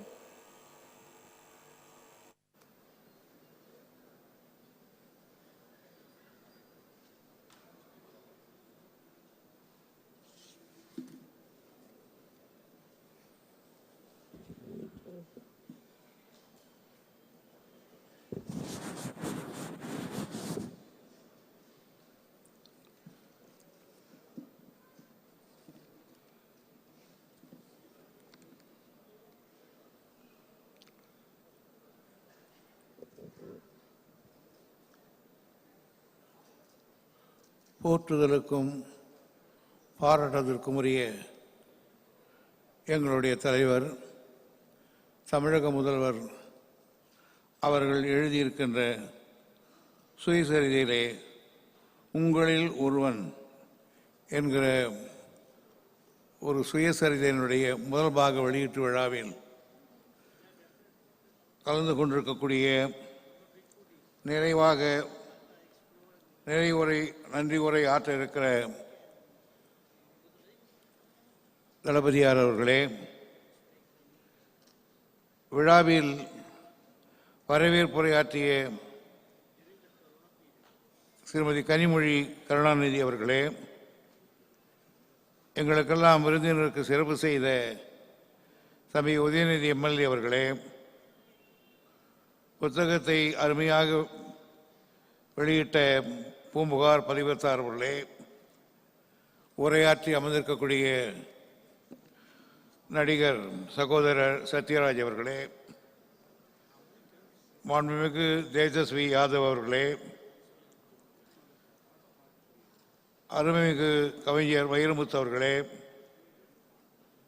காஷ்மீரத்து சிங்கம் வசீரே ஆசாம் அப்துல்லாவின் பேரன் மரியாதைக்குரிய உமர் அப்துல்லா அவர்களே, திராவிட முன்னேற்ற கழகத்தின் பாராளுமன்ற குழு தலைவர் கழக பொருளாளர் டி.ஆர். பால் அவர்களே, மாண்புமிகு கேரளத்து முதல்வர் பினராயி விஜய் அவர்களே, இறுதியாக உரையாற்ற இருக்கின்ற அகில இந்திய காங்கிரஸ் கட்சியினுடைய தலைவர்களில் ஒருவர் நம் மரியாதைக்குரிய ராகுல் காந்தி அவர்களே, மற்றும் இந்த விழாவுக்கு அரங்கத்தில் இணைந்திருக்கின்ற சான்றோர் பெருமக்களே, உங்கள் அனைவருக்கும் முதற்கண் என்னுடைய நன்றி கலந்த வணக்கம்.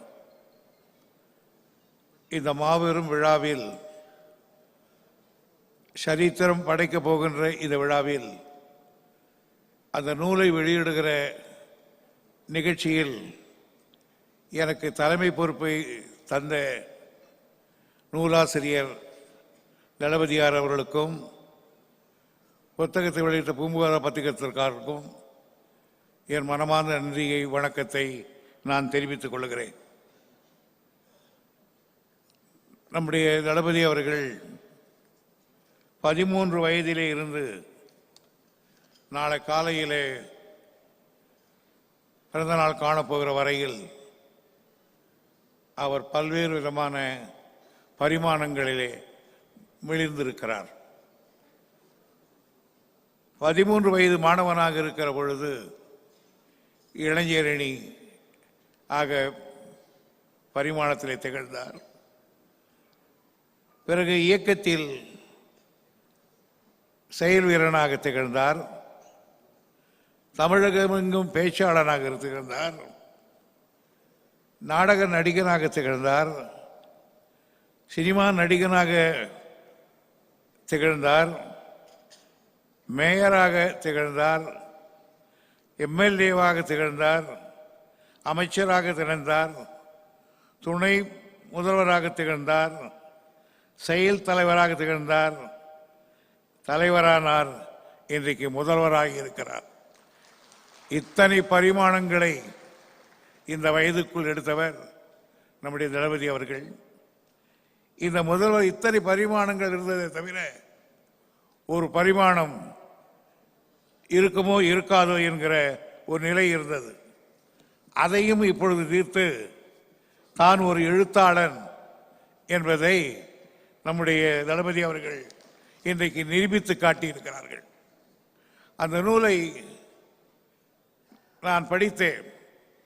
பொதுவாக எந்த புத்தகம் வாங்கினாலும் அண்ணா சொல்வார், முதல்ல 10 பக்கம், கடைசியில் 10 பக்கம், நடுவில் 1 பக்கம், முடிஞ்சதுன்னு சொல்லுவார் எங்க கிட்ட. அந்த மாதிரி தான் இப்போ நான் படிக்கிற நேரம் வரல. ஆனால் இந்த ஒரு நூல் எடுத்ததிலிருந்து கீழே முடித்து வைக்கிற வரையில் முழுமையாக படித்த ஒரு நூல்களில் ஒன்று நம்முடைய தளபதி எழுதிய இந்த உங்களிலே ஒருவன் என்ற நூல். இது ஏதோ புகழ்வதற்காக அல்ல. நீங்கள் வாங்கி படித்தால் அதனுடைய சுவாரஸ்யம் தெரியும். பொதுவாக அரசியல்வாதிகள் எழுதுகின்ற சுயசரிதையில் அதுக்கு மிக மிக எடுத்துக்காட்டு 2. ஒன்று, கலைஞர் அவர்கள் எழுதியிருக்கிற நெஞ்சுக்கு நீதி. நெஞ்சுக்கு நீதியிலே கலைஞருடைய வரலாறு மட்டுமல்ல, திராவிட முன்னேற்ற கழகத்தின் முழு வரலாறும் இருக்கிறது. அதே போன்றுதான் பண்டித ஜவஹர்லால் நேரு அவர்கள் இந்த கிளிம்ஸ் ஆஃப் வேர்ல்டு ஹிஸ்டரியில் எல்லாம் பார்த்தவனால் அவருடைய வரலாறு இருக்கிறது. உலகத்தில் வரலாறு முழுவதும் அதில் படித்திருக்கிறார். ஆக ஒரு வரலாற்று நூலை படித்தால் வரலாறு மட்டும் இருக்கக்கூடாது, அதை ஒட்டி பல செய்திகள் இருக்க வேண்டும். அந்த பண்பிலே தான் நம்முடைய தளபதி அவர்கள் எழுதியிருக்கிறார்கள். பொதுவாக தலைவர் மிகப்பெரிய தலைவர். அந்த தலைவருக்கு மகனாக தளபதி அவர்கள் பிறந்திருக்கிறார்கள். பொதுவாக தலைவருக்கு மகனாக தோன்றுகிறவர்கள் எல்லாம் அதே அளவுக்கு அந்த அப்பாவையே மிஞ்சுகிற புகழ் பெறுகிற அளவுக்கு யாரும் இருப்பதில்லை. அப்படி பார்த்தால் ரெண்டு ஒன்று சொல்லுகிறேன். மிகப்பெரிய தலைவர், மிகப்பெரிய ஆள் சர்ச்சில். ஆனால் அவங்க வீட்டு பிள்ளைகள் எப்படி இருந்தார் என்று வரலாறு படித்து தெரியும். ஏன் மகாத்மா காந்தியுடைய பிள்ளைகளே என்ன ஆனார்கள் தெரியும்.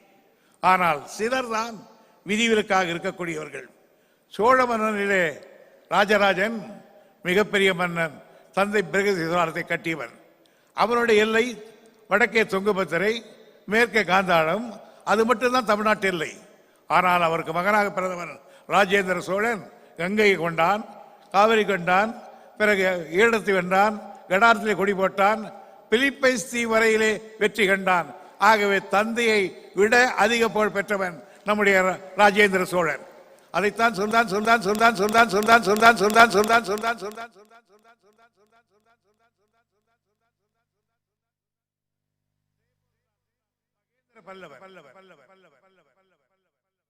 படையெடுத்து வந்து அவரை அங்கே தோற்கடித்து சாளுக்கிய படைகள் திருச்சிராப்பள்ளி வரையிலே போய்விட்டது. ஆனால் அவருக்கு பின்னால் மகனாக வந்தவன் நரசிம்ம பல்லவன். அதே புலிகேசியை அதே வாதாபியுடைய தலைநகருக்கு சென்று தீயிட்டு கொளுத்தி வெற்றி கண்டிருக்கிறான். தந்தை புகழ அதிக புகழை பெற்றிருக்கிறவன். அதே போன்றுதான் ஐதர் அலி, அவருக்கு மகனாக வந்த திப்பு சுல்தான் அதிக புகழை ஈட்டி காட்டினான். அதே போன்றுதான் நேரு அவர்கள், அவருக்கு மகனாக பிறந்த இந்திரா காந்தி அம்மையார் அவர்களும் அவரை ஒத்த புகழை பெற்றிருக்கிறார்கள். இங்கிலாந்து நாட்டு வரலாற்றில் பிட் என்ற ஒரு பிரதமர் இருந்தார், மிக புகழ் பெற்றவர். அவருக்கு இளைய பிட் த எங்கர் என்று சொல்வார்கள். அவரை விட புகழ் பெற்றார். அந்த வகையை பார்த்தால் நம்முடைய தளபதி அவர்கள் இன்றைக்கு எடுத்திருக்கிற முயற்சிகள், இன்றைக்கு அவர் அரசியலை காட்டுகிற அந்த பணிவுகள், இவையெல்லாம் ஒட்டு போர்த்தால் கலைஞர் புகழுக்கு மேலும் ஒரு புகழை இந்த நாட்டுக்கு சேர்க்கிறவர் என்பதிலே யாருக்கும் எந்த விதமான திடமில்லை. நான் கலைஞரோடும் மிக நெருக்கமாக பழகி இருக்கிறேன். தளபதி அவர்களோடும் இப்பொழுது நெருக்கமாக பழகி கொண்டிருக்கிறேன். ஆனால் நான் எல்லா கூட்டத்திலும் சொல்வதை போல் தளபதி அவர்களுடைய ஆளுமை, அணுகுமுறை, இவைகளையெல்லாம் பார்க்கிற பொழுது மிக உச்சமான நிலைக்கு வருவார் என்பது திடமான நம்பிக்கை. என்னுடைய அனுபவத்தில் நான் அவர் வாழ்த்துகிறேன், பாராட்டுகிறேன். எழுத்து என்பது கலைஞருடைய குடும்பத்துக்கு புதியதல்ல. இங்கே நம்முடைய ராகுல் காந்தி அவர்கள் ஒவ்வொன்றையும் கேட்டுக்கொண்டிருந்தார்கள் என்ன என்ன என்று. அவருக்காக ஒரு சிறு குறிப்பை ஆங்கிலத்திலே படிக்கிறேன் தலைவருடைய குடும்பத்தை பற்றி. I would like to say a few words for information of dignitaries present here who are not covenant in Tamil Nadu. Through M.K. Stalin, the president of DMK, was born in a family speedy in politics, cinema, creative writing, doing hard and sincere work, ceaselessly and tirelessly for the cause of the party and the Tamil public at large. His grandfather, his father's father, Muthuvelar, was a rural genius. His father, our inspirer, the president of the party for nearly half a century, Muthamalajar Kalaignar Karunanidhi, was a remarkable and renowned leader, surpassing everyone in a number of fields. His brother-in-law, namely Kalaignar's sister's son, Murasoli Maran, was an extraordinary parliamentarian and thinker and writer.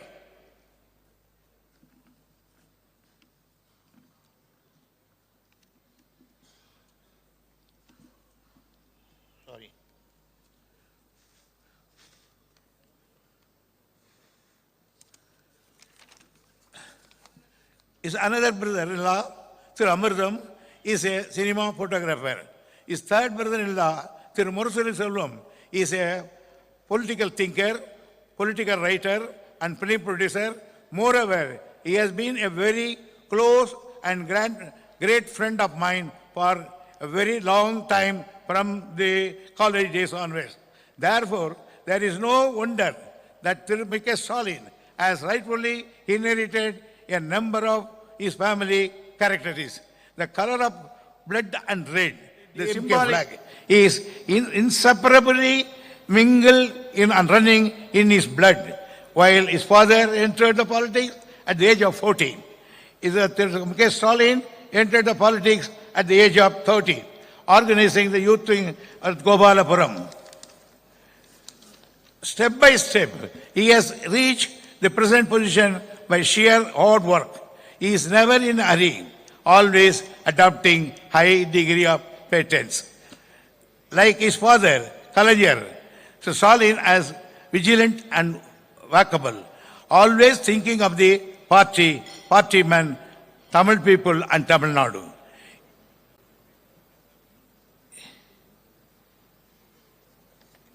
In short, I can say, is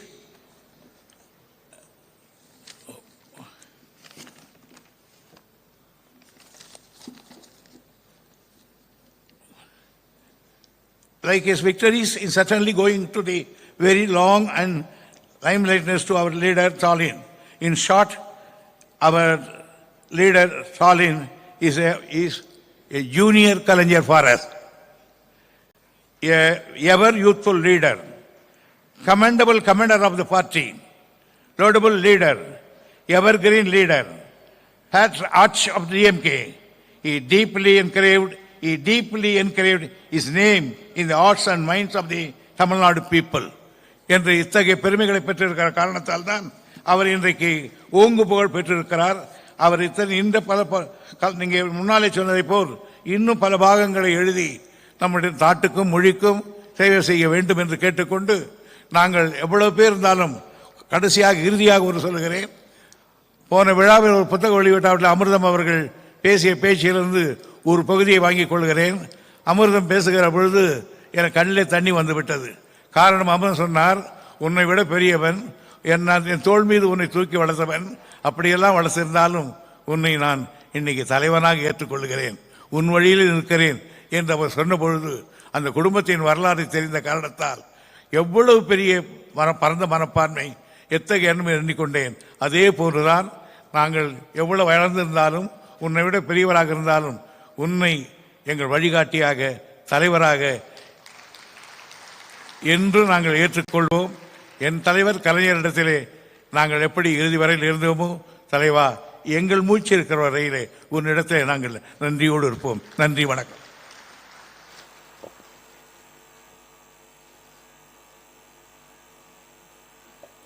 நன்றி ஐயா. தற்போது காலம் கருதி முன்னதாக நினைவு பரிசு வழங்கப்படுகிறது. நினைவு பரிசு வழங்குவதற்காக மாண்புமிகு தமிழ்நாடு முதலமைச்சர் அவர்களை அன்புடன் அழைக்கிறோம். நினைவு பரிசை பெற்றுக்கொள்ள திரு உமர் அப்துல்லா அவர்களை அன்புடன் அழைக்கிறோம்.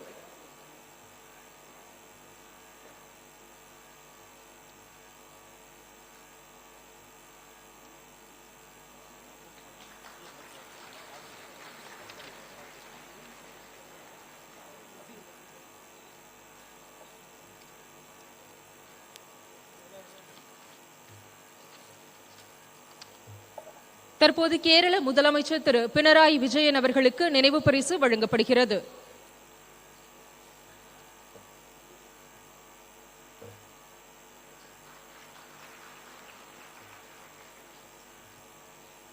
காஷ்மீர் மாநில முன்னாள் முதலமைச்சர் திரு உமர் அப்துல்லா அவர்களுக்கு நினைவு பரிசு வழங்கப்படுகிறது. திரு தேஜஸ்வி அவர்களுக்கு நினைவு பரிசு மாண்புமிகு முதலமைச்சர் அவர்களின் கரங்களால் வழங்கப்படுகிறது.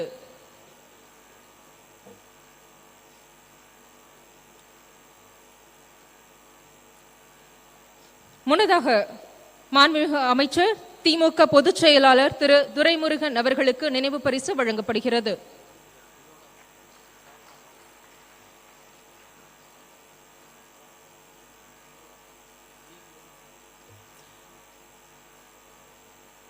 நாடாளுமன்ற திமுக குழு தலைவர் திமுக பொருளாளர் திரு டி.ஆர். பாலு அவர்களுக்கு நினைவு பரிசு வழங்கப்படுகிறது.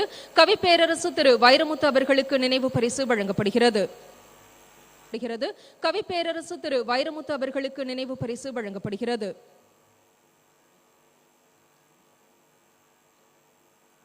நடிகர் திரு சத்யராஜ் அவர்களுக்கு நினைவு பரிசு வழங்கப்படுகிறது.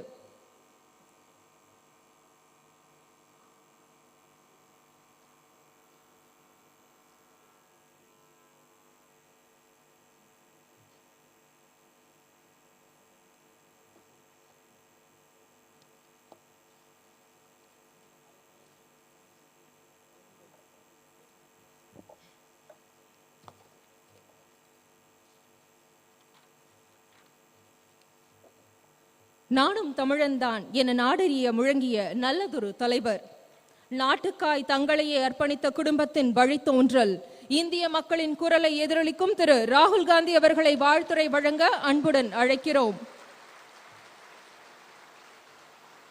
அவரது உரையை மொழிபெயர்க்க திமுக கொள்கை பரப்பு செயலாளர் திரு திருச்சி சிவா MP அவர்களை அழைக்கிறோம்.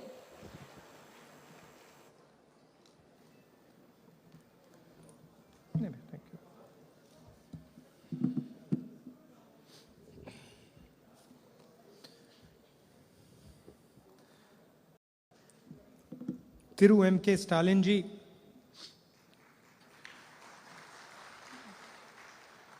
Thiru Durai Murugan ji, Thiru T.R. Balu ji, Tirumati Kanemozi ji, Thiru Pinarayi Vijayan ji, Thiru Omar Abdullah, Thiru Tejashwi Yadav ji, Thiru Veramuthu ji, Thiru Satyaraj ji.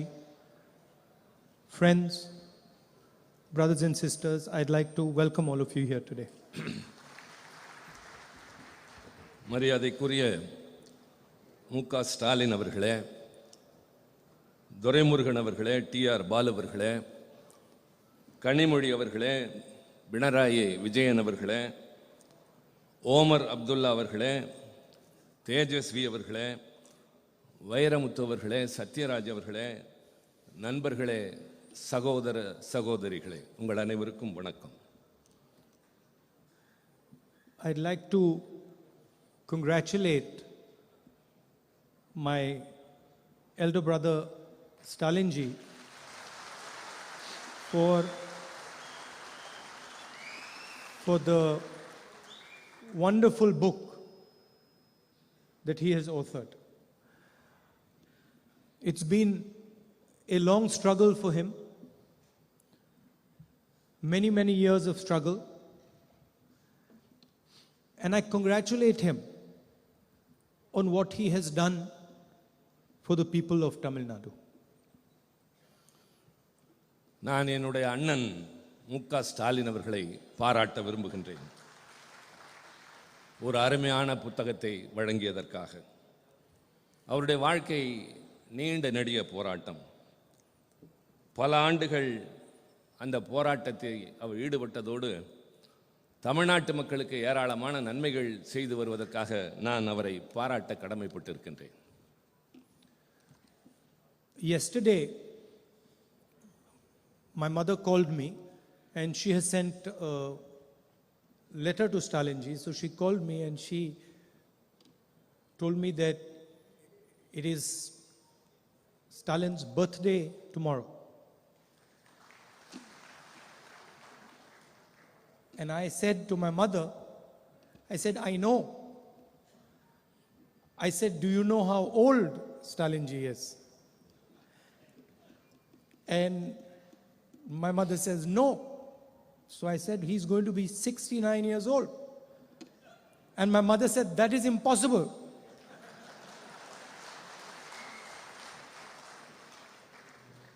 நேற்றைய தினம் என்னுடைய தாயார் என்னை அழைத்து நாளை முக ஸ்டாலினுக்கு பிறந்த நாள் என்று சொன்னார்கள். நான் எனக்கு தெரியும் என்று சொன்னேன். சொல்லிவிட்டு அவருக்கு எத்தனை வயது தெரியுமா என்று கேட்டேன். தெரியாது என்று சொன்னார்கள். 69 என்று சொன்னவுடன் சாத்தியமே இல்லை என்று என்னுடைய தாயார் சொன்னார்கள். So I said, how old do you think he is? So she said, I think he must be 58 or 60. நான் என்னுடைய தாயாரிடம் கேட்டேன், அவருக்கு எத்தனை வயது இருக்கும் என்று நீங்கள் கருதுகிறீர்கள்? 50 அல்லது 60க்குள்ளாகத்தான் இருக்கும் என்று அவர் என்னிடம் சொன்னார். Afterwards she Googled. She does Google these days. She Googles Stalin's age. And then she called me, she sent me a message, my God, you're right. He's 69 years old. நான் அப்படி சொன்னவுடன் என்னுடைய தாயார் கூகுளிலே அந்த செய்தியை ஒப்பிட்டு பார்த்து ஆம் நீங்கள் சொன்னது சரிதான் என்று ஒத்துக்கொண்டார்கள். So I don't know if it's in the book, but if it isn't, he has to write another book telling us how he manages to look so young. இந்த புத்தகத்தில் இருக்கிறதா இல்லையா எனக்கு தெரியாது. ஆனால் அவர் இன்னொரு புத்தகம் எழுத வேண்டும், தான் எப்படி இவ்வளவு இளமையாக இருக்கிறோம் என்பதை பற்றி. I'd like to thank Stalin ji and all of you for inviting me here and giving me the honor to speak to you. நான் திரு ஸ்டாலின் அவர்களுக்கும் உங்கள் அனைவருக்கும் இந்த விழாவிலே கலந்து கொள்ள வாய்ப்பு தந்தமைக்காக மனமார்ந்த நன்றியினை தெரிவித்துக் கொள்கின்றேன். It's always a pleasure for me to come to Tamil Nadu. தமிழ்நாட்டிற்கு வருவது எப்பொழுதுமே எனக்கு மகிழ்ச்சி தரக்கூடிய ஒன்று. And I don't mean that in a light way. I mean that in a very profound and deep way. நான் அதை மேலோட்டமாக சொல்லவில்லை, அடிமனதிலிருந்து ஆழமான உணர்வோடு நான் இதை குறிப்பிடுகிறேன். Some days ago I gave a speech in Parliament and I believe it was appreciated in Tamil Nadu. சில நாட்களுக்கு முன்னால் நான் நாடாளுமன்றத்தில் ஆற்றிய உரையினை தமிழ்நாடு மிகப்பெரிய அளவில் பாராட்டியதாக நான் அறிந்தேன். And as I was walking out of Parliament, these journalists, they try to be clever all the time. As I was walking out of Parliament, one of the journalists asked me, you gave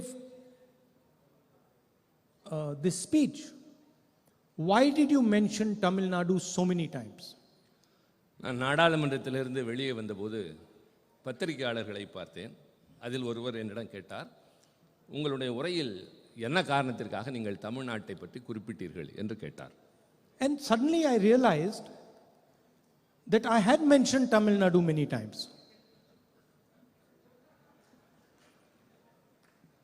நான் பலமுறை அதை உணர்ந்திருக்கின்றேன், தமிழ்நாட்டின் மீது எனக்கு எந்த அளவிற்கு அன்பு இருக்கிறது என்பதை பற்றி. And as I was walking out, without realizing it, it came out of my mouth that, you know, I'm Tamil. நான் வெளியே வருகிற போது என்னை அறியாமல் சொன்னேன், நான் தமிழ் என்று சொல்லி சொன்னேன். என்னை அறியாமல் அந்த வார்த்தை வந்தது. Then I got in the car and I was thinking, but why did you say that? நான் என்னுடைய காரில் ஏறியதற்கு பின்னால் ஏன் அப்படி சொன்னேன் என்று யோசித்தேன். Why did those words come out of your mouth? ஏன் அந்த வார்த்தைகள் உன்னுடைய வாயிலிருந்து வந்தன? You're not born in Tamil Nadu. நீங்கள் தமிழ்நாட்டில் பிறக்கவில்லை. You don't speak Tamil. நீங்கள் தமிழ் மொழியை பேசுவதில்லை. Tamil is a 3,000-year-old civilization.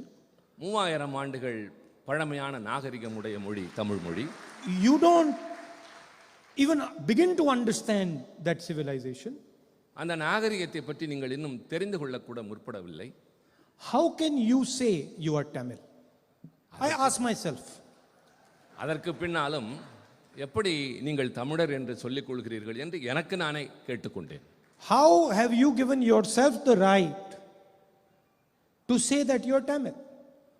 நான் எப்படி அந்த உரிமையை அப்படி சொல்லுகின்ற அளவிற்கு எடுத்துக்கொண்டேன். And I was thinking this for some time in the car while I was driving home. நான் காரில் செல்கிற போது மீண்டும் தொடர்ந்து அதை பற்றியே யோசித்துக் கொண்டிருந்தேன். And then I realized why I said those words. பின்னர் நான் உணர்ந்தேன் ஏன் அந்த வார்த்தையை சொன்னேன் என்பது பற்றி. Because my blood is mixed with your soil.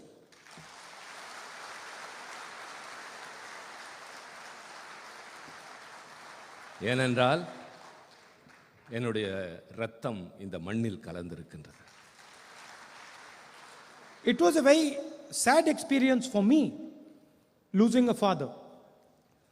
ஒரு தந்தை இழப்பது என்பது குறிப்பாக எனக்கு மிகப்பெரிய வேதனையான சோகமான அனுபவம் தான். Very difficult experience, but also an experience I learned from. நான் அந்த சோகமான அனுபவத்தை திருப்பி திருப்பி எண்ணி பார்க்கிறேன். And so I realized that I do have the right to call myself Tamil. நான் உணர்ந்தேன் என்னை தமிழன் என்று அழைத்துக் கொள்வதற்கான எல்லா உரிமைகளும் எனக்கு இருப்பதாக. Now what does it mean to be a Tamil? தமிழனாக இருப்பதனுடைய பொருள் என்ன? The first thing it means is when I come to this state, I come with humility. நான் முதலில் இந்த மண்ணுக்கு வருகிற போது பணிவான குணத்துடன் இங்கு வருகின்றேன். I come bowing my head to your tradition, to your history, to your language.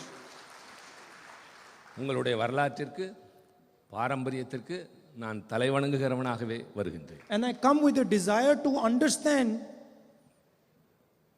your perspective. உங்களுடைய எல்லா விதமான பரிமாணங்களையும் உணர்ந்து கொள்ள வேண்டும் என்ற எண்ணத்தோடு தான் நான் ஒவ்வொரு முறையும் வருகின்றேன். In the speech I said, India is a union of states. நான் என்னுடைய நாடாளுமன்ற உரையில் பேசுகிற போது இந்தியா என்பது மாநிலங்களின் ஒன்றியம் என்று குறிப்பிட்டேன். So when we say state, what is a state? Where does it come from? நாம் மாநிலங்கள் என்று சொல்கிறோம் என்றால் அந்த சொல் எங்கிருந்து வந்தது? ஒரு மாநிலம் என்றால் என்ன? It starts from the land. மண்ணை பற்றியது. From the land come the people. மக்களிடமிருந்து அந்த மண்ணினுடைய தன்மை வருகிறது. From the people comes a voice. மக்களிடமிருந்து அவருடைய குரல் வெளிவருகின்றது. From the voice comes a language. அவருடைய குரலில் இருந்து அவருடைய மொழி வெளிவருகின்றது. From a language comes a culture. மொழியில இருந்து கலாச்சாரம் வருகின்றது. From a culture comes a history. கலாச்சாரத்திலிருந்து சரித்திரம் வருகின்றது. And from a history comes a state. பின்னர் வரலாற்றிலிருந்து மாநிலம் உருவாகின்றது. So when I say that India is a union of states, I am saying that the union of states come together to form India. நான் India என்பது மாநிலங்களின் ஒன்றியம் என்று சொல்லுகிற போது இது மாநிலங்களிலிருந்து தான் இந்தியா என்பதே வருகின்றது என்பதை நான் அழுத்தமாக சொன்னேன். Like letters form a word. எழுத்துக்கள் சேர்ந்து சொல்லாக மாறுகிறது. A word forms a sentence. வார்த்தைகள் சேர்ந்து வாக்கியமாக மாறுகிறது. And a sentences become a poem. வார்த்தைகள் ஒன்று சேர்ந்து வாக்கியமாக மாறி அந்த வாக்கியங்கள் ஒன்று சேர்ந்து கவிதையாக மாறுகின்றது. If you do not respect the letters, you do not respect the words, you do not respect the sentences, you cannot respect the entire poem. எழுத்துக்களை மதிக்கவில்லை என்றால், சொற்களை மதிக்கவில்லை என்றால், வாக்கியத்தை மதிக்கவில்லை என்றால் வேறு எதையும் மதிக்க முடியாது. So when the Prime Minister comes here and he tries to impose some other idea on the people of Tamil Nadu, when he does not understand that Tamil Nadu is just not two words. Tamil Nadu is 3,000 years. Tamil Nadu is the land. Tamil Nadu is the people. Tamil Nadu is the language. Tamil Nadu is the words. When he does not understand that, he insults this state and he insults our country. பிரதமர் இங்கு வருகிற போதெல்லாம் பொருள் புரியாமல் தமிழ்நாட்டை பற்றி பேசுகிறார். அது 3000 ஆண்டுகள் பழமையுள்ள ஒரு பாரம்பரியமான நாடு. அவர் சொற்களை புரிந்து கொள்வதில்லை, வாக்கியங்களை புரிந்து கொள்வதில்லை, மொழியை புரிந்து கொள்வதில்லை. பின்னர் எந்த அடிப்படையில் தமிழ்நாட்டை பற்றி அவர் பேசுகிறார்? How can you take away the voice of the people of Tamil Nadu and then say to the people of Tamil Nadu that I respect you? அவருடைய குரலை புரிந்து கொள்ள முடியாமல் நான் உங்களுக்காக பேசுகிறேன் என்று எப்படி அவர் சொல்ல முடியும்? When the people of Tamil Nadu repeatedly ask you and want to talk to you about NEET, and you don't answer them, what type of respect is that? அவர்கள் திருப்பி திருப்பி கேட்கிற எதையுமே உணர்ந்து கொள்ளாமல் நீங்கள் பேசுகிற போது அவர்கள் மீது என்ன மரியாதை வைத்திருக்கிறீர்கள்? When the voice of Tamil Nadu says the GST is unfair, the GST harms productive states, and you do not respond, who are you disrespecting? தமிழ்நாட்டு மக்கள் ஒட்டுமொத்தமாக ஜிஎஸ்டி என்பது நியாயமற்றது, அது எங்களுக்கு பாதகம் ஏற்படுத்துகிறது என்று சொல்வதை புரிந்து கொள்ளாமல் நீங்கள் அவர்களை அவமதிக்கிறீர்கள். And I said in Parliament, they do not understand the history of Tamil Nadu, they do not understand the history of this nation. நான் நாடாளுமன்றத்தில் பேசுகிற போது சொன்னேன், அவர்கள் தமிழ்நாட்டினுடைய வரலாற்றையும் தெரிந்து கொள்வதில்லை, இந்த நாட்டினுடைய வரலாற்றையும் தெரிந்து கொள்ளவில்லை. In 3,000 years, nobody has been able to impose anything on the Tamil people. கடந்த 3000 ஆண்டுகளில் தமிழ்நாட்டின் மீது யாராலும் எதையும் திணிக்க முடிந்ததில்லை. And in 3,000 years from today, nobody will be able to impose anything on the Tamil people. 3000 ஆண்டுகளாக தொடர்ந்து இன்று வரை யாராலும் எதையும் தமிழ்நாட்டின் மீது திணிக்க முடியவில்லை. But I have experience of the Tamil people. ஆனால் எனக்கு தமிழ்நாட்டு மக்களை பற்றிய அனுபவம் இருக்கின்றது. You talk to them with love and affection, you can get anything out of them. அவரிடம் அன்போடும் அக்கறையோடும் பேசினால் அவரிடமிருந்து எதையும் நீங்கள் பெறலாம். You come here, you respect their culture, their language, you try to learn from them, they will give you nothing but love in return.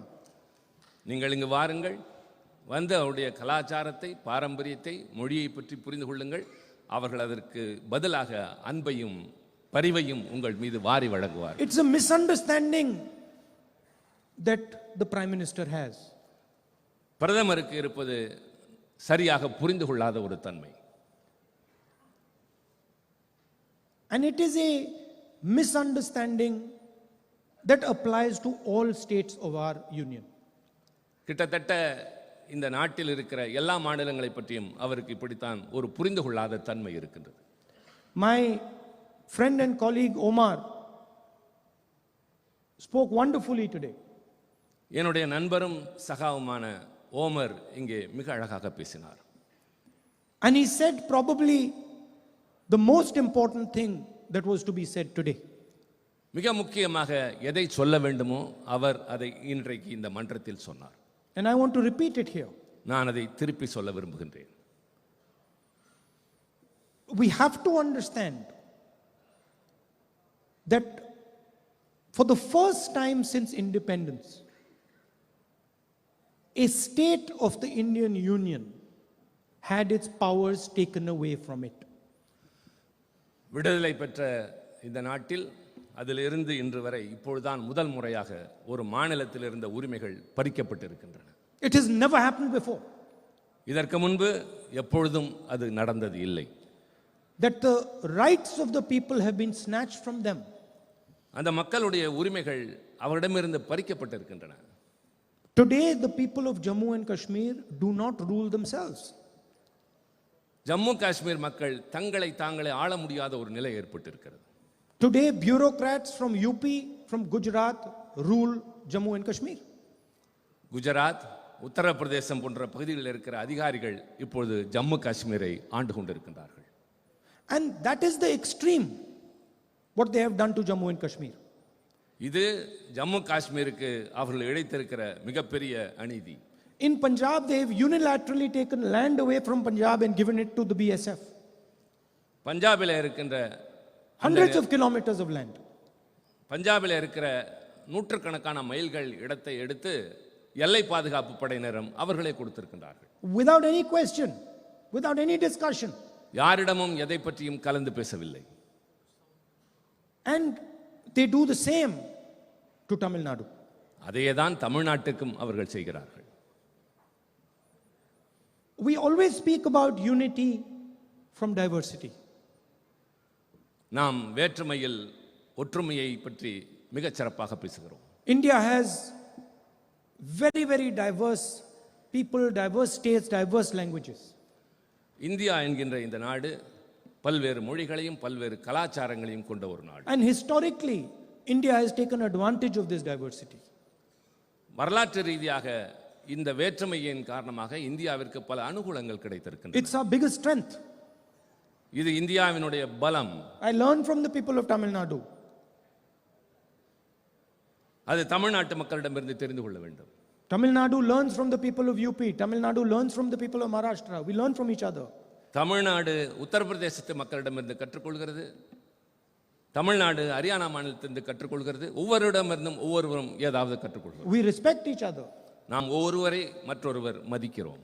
So our vision is unity from diversity. எங்களுடைய ஒட்டுமொத்தமான கருத்து வேற்றுமையில் ஒற்றுமை. And their vision is unity through conformity. Through conformity. அவர்கள் சொல்வது நாம் சொல்வதும் இதுதான். ஒரு உறுதியான வகையிலே தான் இந்த ஒற்றுமையை நிலைநிறுத்த முடியும். You will conform to what we have to say. நாங்கள் எதை சொல்கிறோமோ அதை தான் நீங்கள் உறுதிப்படுத்த வேண்டும். But who gave you the right? யார் அந்த உரிமையை தருவது? Who are you to decide what India should be? நீங்கள் யார் இந்தியா எப்படி இருக்க வேண்டும் என்று தீர்மானிப்பதற்கு? Why can't the people of India decide what India should be? ஏன் இந்திய நாட்டு மக்கள் இந்தியா எப்படி இருக்க வேண்டும் என்று தீர்மானிக்க கூடாது? Who has given you this honor? Why? உங்களுக்கு யார் அந்த அதிகாரத்தை கொடுத்தது? So this is the central fight in our country today. இதுதான் இன்றைக்கு இருக்கிற முக்கியமான மைய பிரச்சனை இந்த நாட்டை பொறுத்தவரை. The voice of our people is represented in our institutions. நம்முடைய அமைப்பில் மக்களுடைய குரல் தான் எதிரொலிக்க வேண்டும். And systematically the voice of our people is being attacked. ஆனால் தொடர்ச்சியாக திட்டமிட்டு மக்களுடைய உரிமைகளும் உணர்வுகளும் நசுக்கப்படுகின்றன. The judiciary, the election commission, the media, systematically one by one these things are being attacked. நீதித்துறை, தேர்தல் ஆணையம், பத்திரிகை துறை எல்லாம் தொடர்ச்சியாக திட்டமிட்டு நசுக்கப்படுகின்றன. But the BJP should not be under any illusions. We know how to fight them. We are going to fight them. We are going to defeat them. Bharatiya Janata எந்த கற்பனையான உலகத்திலும் வாழ வேண்டாம். அவர்களை எப்படி யுத்தம் செய்வது, எப்படி அவர்களை எதிர்கொள்வது என்பது எங்களுக்கு தெரியும். Because they are fighting history. They are fighting tradition. ஏனென்றால் அவர்கள் வரலாற்றை எதிர்த்து போரிடுகிறார்கள். And they cannot defeat it. அவர்கள் பாரம்பரியத்தை எதிர்த்து போரிட்டுக் கொண்டிருக்கிறார்கள். அது அவர்களால் முடியாது. தோற்றுக்கொண்டே தான் இருப்பார்கள்.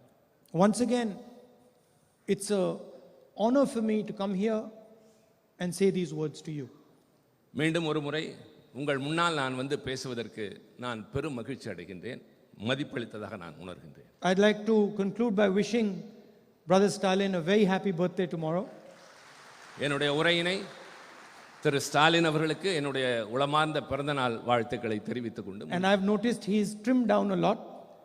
நான் கவனித்தேன், முன்னை விட அவர் இன்னும் இளமையாக இப்போது தோற்றமளிக்கின்றார். So he should eat properly the cake tomorrow. அதனால் நாளை அவர் பிறந்த நாள் கேக்கை சரியாகவே சாப்பிட வேண்டும்.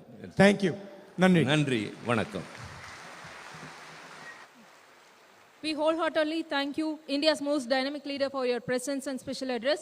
நன்றி நவல்தல் தமிழருக்கு நிகர் தமிழரே என்பதை மீண்டும் நிரூபிக்க விழாவில் பங்கேற்ற மற்றவர்களுக்கும் நிறைவு பரிசு வழங்கப்படுகிறது. பீகார் சட்டமன்ற எதிர்க்கட்சித் தலைவர் திரு தேஜஸ்வி அவர்களுக்கு நினைவு பரிசு வழங்கப்படுகிறது.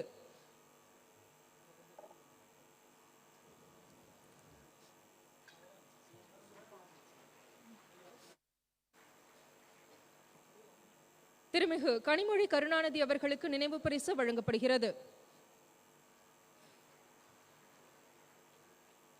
பூம்புகார் பதிப்பக உரிமையாளர்கள் திரு ராஜா சுந்தர் சிங் மற்றும் திரு ஷாம் பிரசாத் ஆகியோர்களுக்கு நினைவு பரிசு வழங்கப்படுகிறது.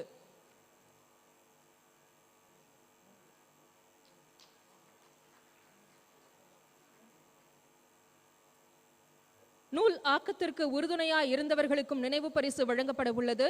திரு ப. திருமாவேலன், கலைஞர் செய்திகள் தொலைக்காட்சி செய்தி பிரிவு தலைவர் அவர்களுக்கு மாண்புமிகு முதலமைச்சர் அவர்கள் நினைவு பரிசு வழங்கி மகிழ்கிறார். திரு இரா. தினேஷ்குமார், முதலமைச்சரின் தனிச் செயலாளர் அவர்களுக்கு நினைவு பரிசு வழங்கப்படுகிறது. திரு போ தங்கபாண்டியன்,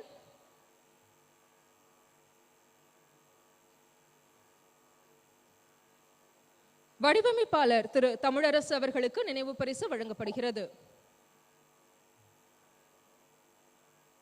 ஓவியர் திரு தமிழ் அவர்களுக்கு நினைவு பரிசு வழங்கப்படுகிறது.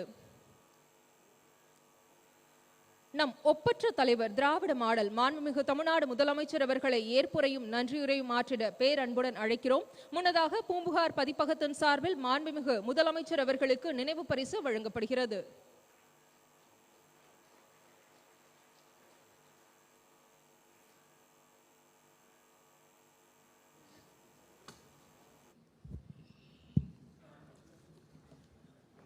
அன்புள்ள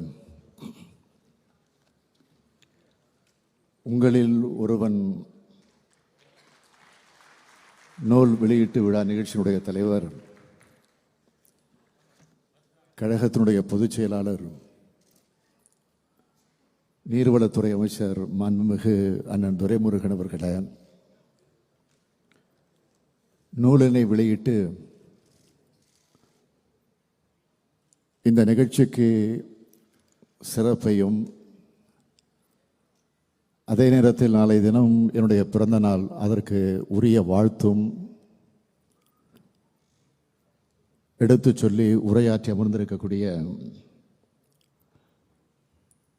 என்னுடைய அன்பிற்கினிய அருமை சகோதரர் திரு ராகுல் காந்தி அவர்களே,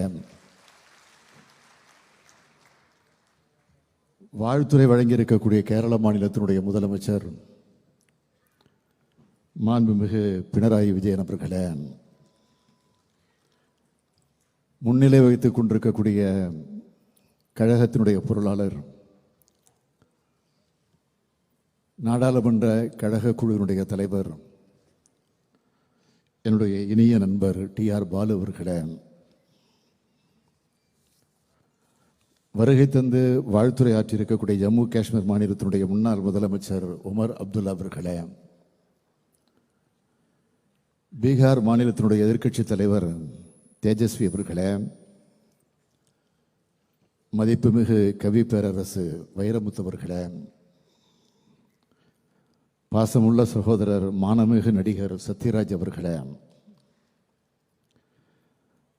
வரவேற்புரை ஆற்றியிருக்கக்கூடிய கழகத்தின் மகளிர் அணியின் செயலாளர், நாடாளுமன்ற குழுவினுடைய துணைத் தலைவர் என்னுடைய அருமை தங்கை கனிமொழி அவர்களே,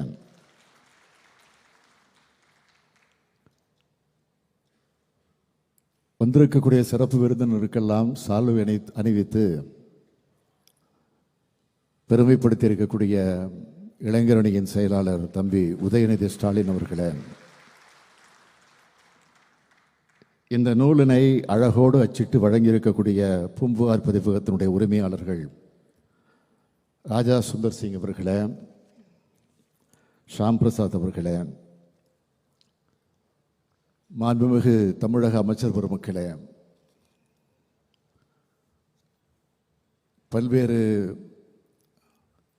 பொறுப்புகளை ஏற்று ஆண்டோர்களாக சான்றோர்களாக விளங்கி கொண்டிருக்கக்கூடிய பெரியோர்களே, தாய்மார்களே, நம்முடைய தாய் கழகமாம் திராவிட கழகத்தினுடைய தலைவர் ஐயா ஆசிரியர் உள்ளிட்ட பல்வேறு கட்சிகளை சார்ந்திருக்கக்கூடிய தலைவர் பெருமக்களே, பெரியோர்களே, தாய்மார்களே, பாசத்திற்குரிய பத்திரிகையாளர்களே, என் உயிரோடு கலந்திருக்கக்கூடிய தலைவர் கலைஞர் அவர்களின் உயிரினும் உயிரான அன்பு உடன்பிறப்புகளே, உங்கள் அனைவருக்கும் என்னுடைய அன்பான வணக்கம். முத்தமிழறிஞர் தலைவர் கலைஞர் அவருடைய நிறைவுக்கு பிறகு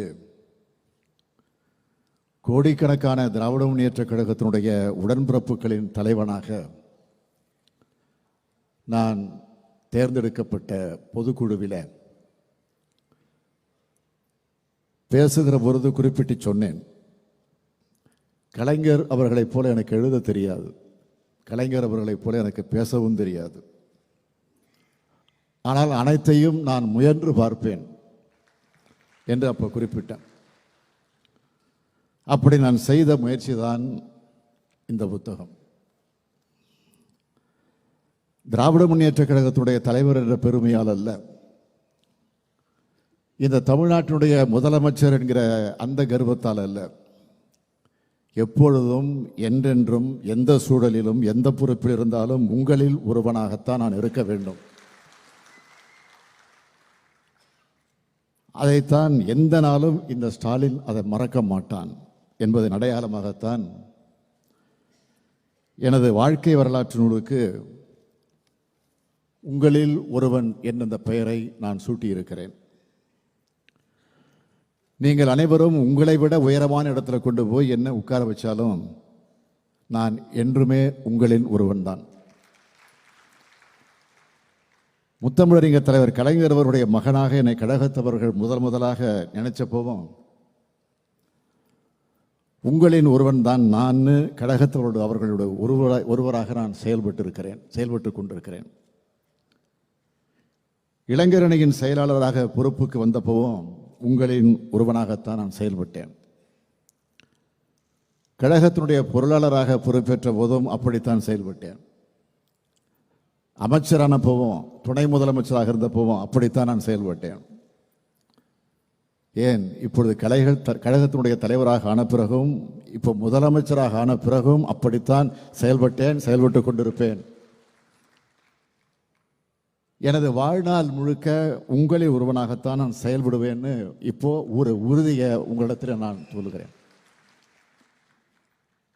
எனக்கு திரும்ப திரும்ப நினைவுக்கு வரக்கூடிய சொற்கள் பேரறிஞர் அண்ணா சொன்ன சொல் தான். மக்களிடம் செல், மக்களோடு சேர்ந்து வாழ். சென்னை மாநகரத்தினுடைய மேயராக நான் பொறுப்பேற்ற நேரத்தில்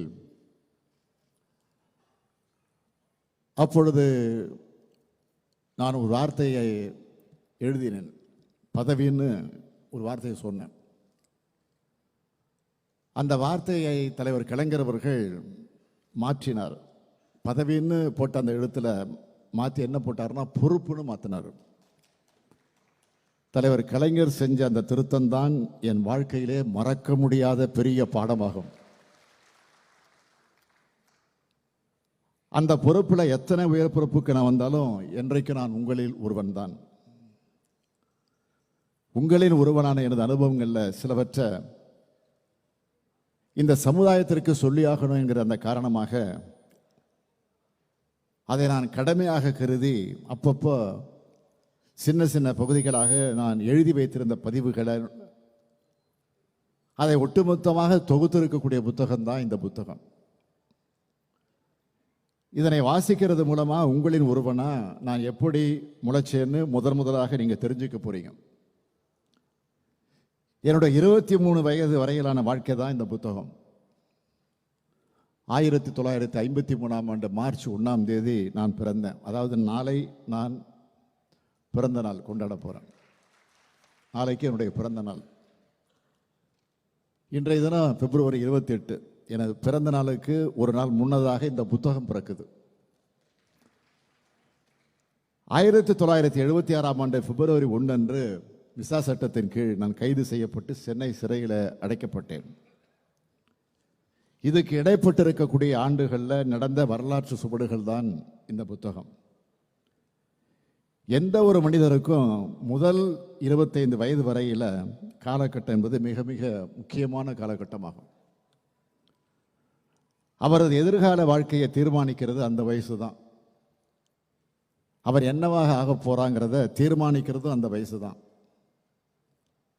8 மனித வாழ்க்கை பிரச்சனை அதை பற்றி எழுதின நம்முடைய கவி பேரரசு வைரமுத்தவர்களுக்கு இது நல்லா தெரியும். விளையும் பயிர் முளையிலேயே தெரியும்னு சொல்லுவாங்க. ஆமாம், நான் அரசியல் பயிராகத்தான் வளர்ந்தேன் என்பதை இந்த புத்தகத்தை படிப்பதன் மூலமாக நீங்கள் தெரிந்து கொள்ளலாம். 1996ஆம் ஆண்டு சென்னை மாநகரத்தினுடைய மேயராக நான் பொறுப்பேற்ற போது பத்திரிகையாளர்களில் ஒருவர் ஒரு கேள்வி என்னிடத்தில் கேட்டார். அரசியலுக்கு வராமல் போயிருந்தா நீங்கள் என்ன ஆகியிருப்பீங்க அப்படின்னு ஒரு கேள்வியை கேட்டார். நான் உடனே சொன்னேன், நான் அரசியலில் தான் இருந்திருப்பேன் அப்படின்னு நான் பதிலுக்கு சொன்னேன். அரசியல் என்பது என்னுடைய இரத்தத்தில் இருந்தது. பள்ளிக்கு போனாலும் சரி, கல்லூரிக்கு போனாலும் சரி, என் மனதில், மூளையில், சிந்தனையில், செயலில் கழகம் கழகம் கழகம் என்பதுதான் இருந்தது என்பதை இந்த புத்தகத்தை நீங்கள் வாசிக்கிற போது நிச்சயமாக நீங்கள் உணரலாம். பிற்காலத்தில் தான் என்னவாக போகிறோம், மிக மிக மிக மிக சிறிய வயசிலேயே அதை தீர்மானிச்சுட்டா, அதிலிருந்து இம்மி அளவும் விலகாம பயணிச்சா அந்த இலக்கை நிச்சயம் அடைஞ்சே தீர்வாங்க என்பதற்கு அடையாளம்தான் நான் என்பதை இங்கே பதிவு செய்கிறேன். அப்படிப்பட்ட அடையாளங்களுடைய தொகுப்பு தான் இந்த புத்தகம். அந்த இலக்கை அடையிறதுக்கு நான் எந்த சாகசங்களும் செய்யலை. அப்படி சாகசங்கள் செய்ய வேண்டிய அவசியமும் எனக்கு ஏற்படலை. நான் என்னுடைய இயல்பில் இருந்தேன். என்னுடைய இயல்பை என்னை இந்த இடத்துல கொண்டு வந்து நிறுத்தியிருக்கு. தலைவர் கலைஞர் அவர்கள் ஒரு முறை சொன்னார், நான் பக்குவப்பட்ட காலத்தில், கலைஞர் சொன்னதை சொல்கிறேன், நான் பக்குவப்பட்ட காலத்தில் பிறந்தவன் தான் ஸ்டாலின், அது அவனது இயல்பிலேயே தெரியும்னு சொன்னார். அப்படிப்பட்ட பக்குவம் சின்ன வயசிலேயே எனக்கு இருந்ததுங்கிறத இந்த புத்தகத்தின் மூலமாக நீங்கள் அறிந்து கொள்ள முடியும். பிறக்கும் போதே ஒரு தலைவருக்கு மகனாக பிறந்ததும் அதுக்கு ஒரு வகையில் காரணமாக கூட இருக்கலாம். சின்ன வயசில் நான் பார்த்த அரசியல் நெருக்கடிகள், கைதுகள், போராட்ட காட்சிகள் இதுக்கு காரணமாக கூட இருக்கலாம். சாதாரணமாக ஒரு இளைஞனின் வாழ்க்கையில் நடக்காத, பார்க்காத, கேள்விப்படாத காட்சிகள் எல்லாம் என்னுடைய வாழ்க்கையில் நடந்தும் இருக்கிறது, அதுவும் காரணமாக இருக்கலாம். நான் 5 மாத குழந்தையாக இருந்தப்போ தலைவர் கலைஞர் அவர்கள் திருச்சி சிறையில் இருந்தார். என்ன கை குழந்தையா தூக்கிக்கிட்டு என்னுடைய தாயார் தயாளம்மாள் அவர்கள் திருச்சி சிறைக்கு கொண்டு போய் கலைஞரிடத்தில் காட்டினாங்க. நான் 12 வயசு பையனாக இருந்தப்போ மொழி போராட்டத்தில் ஈடுபட்டதுக்காக தேச பாதுகாப்பு சட்டப்படி தலைவர் கலைஞர் அவர்கள் கைது செய்யப்படுகிறார். நம்முடைய மதிப்பிற்குரிய அண்ணன் முரசொலி மாறன் அவர்கள், அவரும் அப்போ கைது செய்யப்படுகிறார். கல்லூரி படிக்கிற காலத்தில் தான் நான் மிசாவில் கைதானேன். கோபாலபுரம் வீட்டினுடைய அறையாகத்தான் சிறை இருந்துச்சு. அதுதான் என்னை செதுக்கியது. கோபாலபுரம் வீடு என்பது தமிழ்நாட்டினுடைய நிரந்தர அரச சபை. அது கோபாலபுரம் வீடு திராவிட இயக்கத்தினுடைய திருச்சபை. திரையுலக கலைஞர்களுக்கு அது கலைச்சபை, இலக்கியவாதிகளுக்கு அது சிந்தனை சபை. மொத்தத்தில் எங்களுடைய உயிர் சபை அதுதான். அந்த உயிர் சபை தான் என்னை உருவாக்குச்சு. அந்த வீடு என்னை வளர்த்தது, ஆளாக்கியது, பக்குவப்படுத்தியது, பண்படுத்தியது, பல்வேறு பொறுப்புகளுக்கு என்னை தகுதி படைத்திருக்கிறது. அந்த வகையில் பார்த்தா இந்த புத்தகம் அந்த வீட்டினுடைய வரலாறு. பள்ளி பருவத்தில் கழக பாடம் படித்த வரலாறு, பாட புத்தகங்களோடு முரசொலி படித்த வரலாறு, கல்லூரி காலத்தில் அரிதாரம் பூசி முரசே முழுங்கு நாடகம் போட்ட வரலாறு, படித்து முடித்து பணிக்கு போக விரும்பாமல் மொழி காப்பதற்காக உயிரை தர தயார்னு முழங்கின வரலாறு, திரையுலகிலே கால் பதித்த வரலாறு, 23 வயசில் துர்காவை கரம் பிடிச்ச வரலாறு, திருமணமான காலத்தில் 5 மாத காலத்தில் சிறைபிடிக்கப்பட்ட வரலாறு. இப்படி எல்லா திருப்பங்களையும் 23 வயதுக்குள்ள பார்த்தவன் தான் நான். அதைத்தான் இந்த புத்தகத்தை நான் எழுதியிருக்கிறேன். தலைவர் கலைஞர் அவர்கள் உட்கார்ந்த நாற்காலியிலே நான் உட்காருவேன்னு நினைச்சு கூட பார்த்தது கிடையாது. முதல்வராக இருந்த அண்ணா அவர்கள் அவருடைய காரை அனுப்பி என்னை அழைச்சிட்டு வர சொன்னார். நானும் ஒரு காலத்தில் அந்த நாற்காலியில் உட்கார்வேன் என்று அப்போ நினைக்கவே இல்லை. பள்ளிக்கூடத்தில் படித்து கொண்டிருந்த மாணவனாக அண்ணாவினுடைய பிறந்த நாளை நடத்தினப்போ அதில் பல நிகழ்ச்சிகளுக்கு நான் துரைமுருகனை அழைச்சிட்டு வந்து பேச்சாளராக மேடையில் நிற்க வச்சு பேச வச்சு அழகு பார்த்தவண்ணா. அவர் இன்றைக்கு கழகத்தின் பொதுச் செயலாளர், நான் இன்றைக்கு இந்த கழகத்தினுடைய தலைவர். 1953 நான் பிறந்தப்போ குலக்கல்வியை எதிர்த்து போராடணும். இன்று நீட் தேர்வை எதிர்த்து போராடிட்டு இருக்கிறோம். பள்ளி மாணவனாக நான் இருந்தப்போ இந்திய எதிர்ப்பு போராட்டம் நடந்துடும். இன்று இந்திய ஆதிக்கத்தை இன்றைக்கு நாம் எதிர்த்து கொண்டிருக்கிறோம். 1971 அண்ணா விழாவை நான் நடத்தியப்போ 3 மாநிலத்துடைய அமைச்சர்களை வரவழைச்சு அதில் பங்கேற்க வச்சு மாநில சுயாட்சிக்காக குரல் கொடுத்தோம். இன்றும் அதுக்கு முழங்கிட்டு இருக்கோம். இப்படியே சொல்லிக்கிட்டே போகலாம். புத்தகத்தில் இருக்கிறது அதிகம் சொல்லிவிடக்கூடாதுங்கிறதெல்லாம் நான் இதோடு நிறுத்திக்கிறேன். ஏன்னா நீங்கள் காசு கொடுத்து வாங்கி படிக்கணும். இந்த புத்தகத்தில் நான் மட்டும் இல்லை, நூற்றுக்கணக்கான மனிதனுடைய முகங்கள் அந்த புத்தகத்தில் இருக்கு. படிக்கிறப்போ உணர்வீங்க. நினைவில் இருக்கக்கூடிய பெயர்களைத்தான் நான் குறிப்பிட்டிருக்கிறேன். என் கூட பயணப்பட்ட மனிதர்கள், எனக்கு துணையாக வந்தவங்க, கூட்டம் ரொம்ப பெருசு.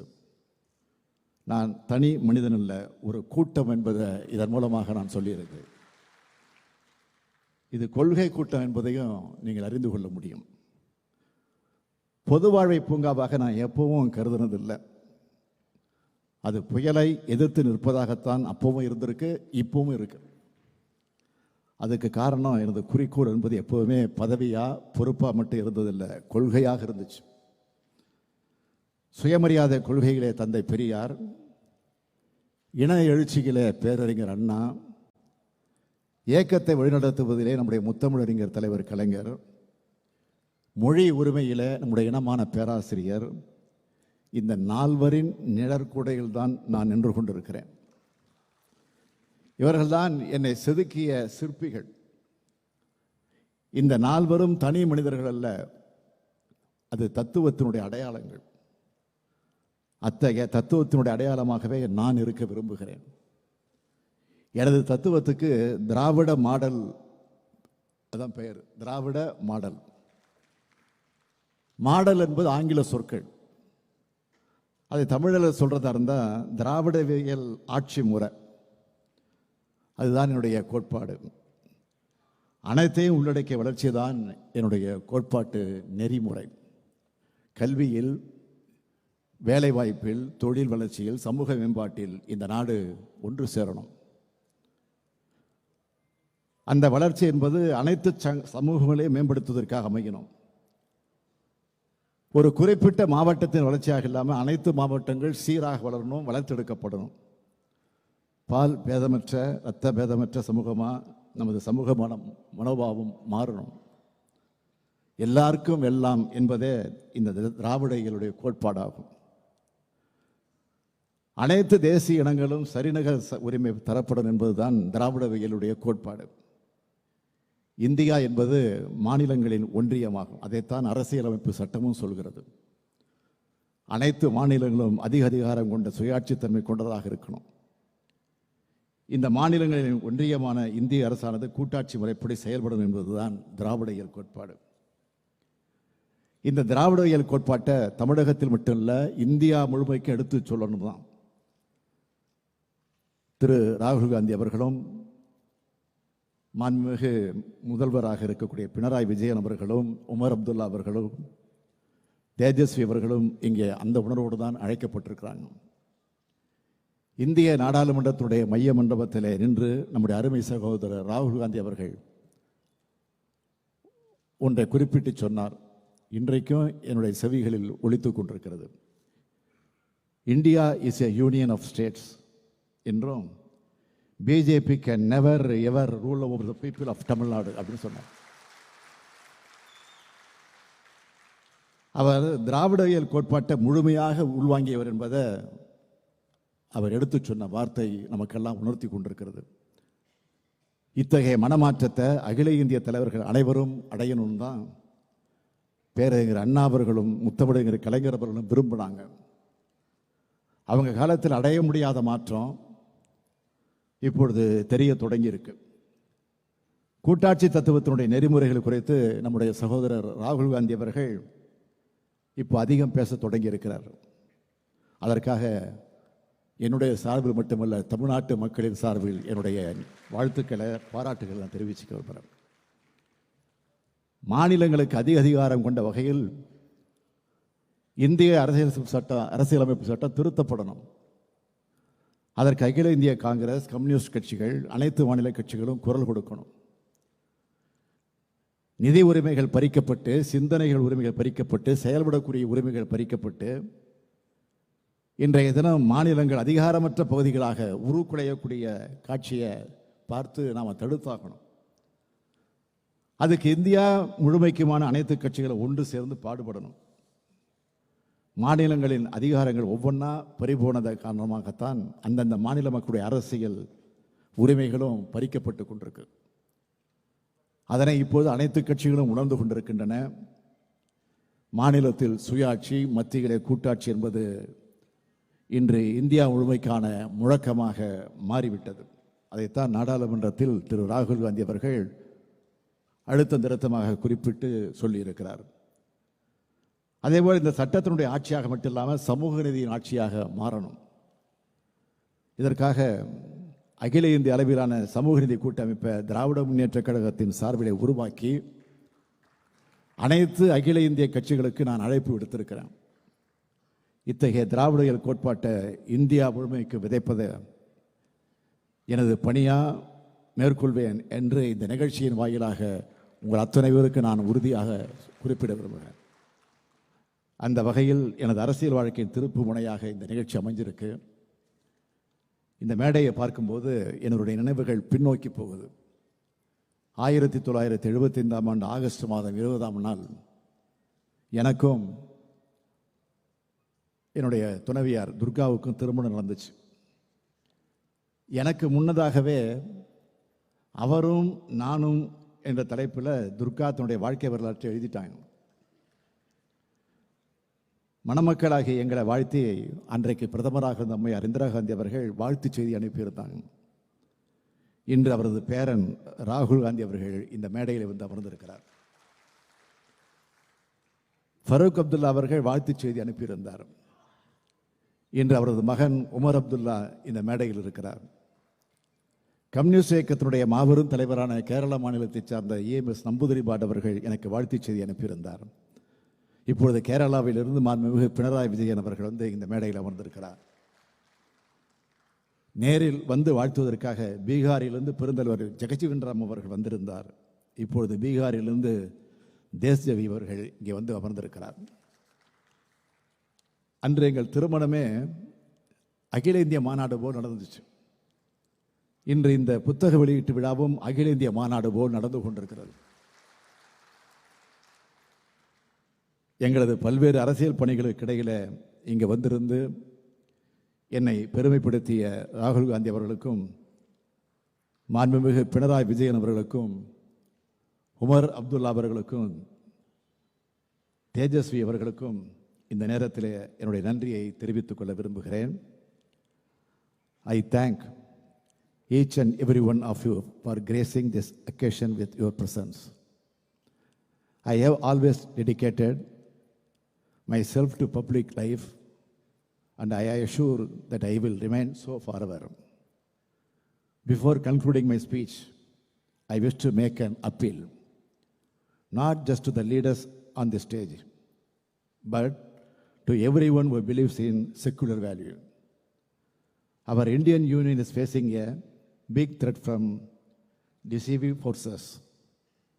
We all need to come together to defeat them and protect the founding principles of India. தலைவர் கலைஞர் அவர்கள் புத்தக வெளியீட்டு விழாக்களில் பெரும்பாலும் நம்முடைய கவிப்பேரரசு வைரமுத்து அவர்கள் இருப்பார்கள். இந்த மேடையிலும் வைரமுத்து அவர்கள் இருக்கிறார்கள். கலைஞர் இல்லாமல் வைரமுத்துவின் புத்தக வெளியீட்டு விழாக்கள் இருக்காது. அந்த நன்றியின் அடையாளமாகத்தான், கலைஞரின் கவிதை அடையாளமாக இங்கு வந்திருந்து வாழ்த்திய அத்தனை பேருக்கு நான் நன்றி தெரிவிச்சுக்க விரும்புகிறேன். திராவிட இயக்கமும் திரையுலகமும் பிரிக்க முடியாதவை. அதேபோல கோபாலபுரமும் கோடம்பாக்கமும் பிரிக்க முடியாதவை. தலைவர் தொடங்கி இன்று உதயநிதி வரை அது தொடர்ந்து வருது. கலை உலகின் பிரதிநிதியா இனமான நடிகர் சத்யராஜ் அவர்கள் கலந்து கொண்டு வாழ்த்துரை வழங்கியிருக்கிறார். அவருக்கு நன்றி தெரிவிச்சுக்கிறேன். கழகத்தின் பொதுச் செயலாளர் மாண்புமிகு துரைமுருகன் அவர்களும் பொருளாளர் டிஆர் பாலு அவர்களும் எனது 2 கரங்களாக இருந்து இந்த பங்களிப்பு செய்திருக்கிறாங்க. எனது பள்ளி கல்லூரி பருவ வயதில் அவர்களை நான் பார்த்தேன். இன்று நாங்கள் இணைந்து கழகத்தை காத்து வருகிறோம். கொள்கை சார்ந்த நட்புக்கு எவ்வளவு பலம் அதிகம் என்பதை பல்லாண்டு காலம் இந்த நட்பு காட்டி வருகிறது. இத்தகைய லட்சோலட்ச உடன்பிறப்புகளால் ஆனதுதான் திராவிட முன்னேற்றக் கழகம். துரைமுருகன் அவர்களுக்கும் பாலு அவர்களுக்கு நன்றி சொல்வது எனக்கு நான் நன்றி சொல்வதற்குள் ஆகிடுவோம். உங்களின் ஒருவன் நூலை உலகத்தரத்துடன் அழகியல் தரத்துடன் அச்சிட்டு வெளியிட்டிருக்கிறது. தலைவர் கலைஞர்களின் பெரும்பாலான நூல்களை வெளியிட்ட பூம்புகார் இந்த நூலையும் முன்வந்து நன்றி தெரிவிச்சுக்கிறேன். ஆக நாடாளுமன்ற பணியாக இருந்தாலும், மக்கள் பணியாக இருந்தாலும், மகளிர் அணி பணியாக இருந்தாலும் எல்லாத்தையும் சிறப்பாக செயல்பட்டு வரக்கூடிய அன்பு தங்கை கனிமொழி இந்த விழாவிற்கு வாழ்த்துச் செய்தியும் அனுப்பியிருக்கிறார்கள். ஆக தமிழகத்தினுடைய அரசியல் தலைவர்கள், அமைச்சர் பெருமக்கள், எனது நெருங்கிய நண்பர்கள், கழகத்தினுடைய முன்னணியினர், கலை உலகத்தைச் சார்ந்தவர்கள், சட்டமன்ற உறுப்பினர்கள், நாடாளுமன்ற உறுப்பினர்கள், அரசு அலுவலர்கள், பத்திரிகையாளர்கள், கழக உடன்பிறர்கள், இந்த அரங்கம் நிறைஞ்சிருக்கு.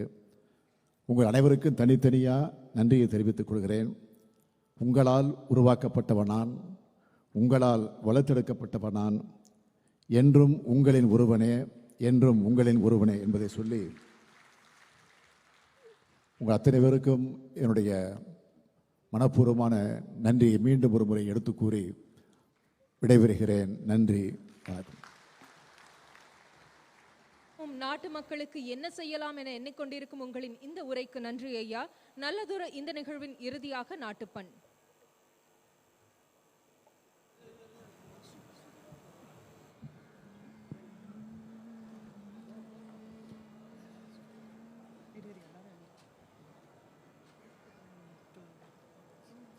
जनगण मन अधिनायक जय हे भारत भाग्य विधाता पंजाब सिंध गुजरात मराठा द्राविड उत्कल बंगा विंध्य हिमाचल यमुना गंगा उच्चल जलति तरंगा तव शुभ नामे जाहे तव शुभ आशीष माहे गाहे तव जय गाथा जनगण मंगलदायक जय हे भारत भाग्य विधाता जय हे जय हे जय हे जय जय जय जय हे.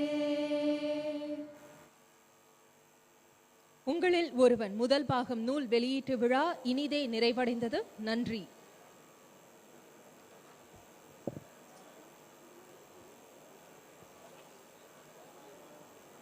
இன்னும் சற்று நேரத்தில் இந்த இனிய தருணத்தில் வரலாற்று சிறப்புமிக்க நிகழ்வில் வெளியிடப்பட்ட உங்களில் ஒருவன் நூலினை நூல் ஆசிரியரும் மாண்புமிகு தமிழ்நாடு முதலமைச்சரும் திராவிட முன்னேற்ற கழக தலைவரிடமிருந்து பெற்றுக்கொள்ளலாம்.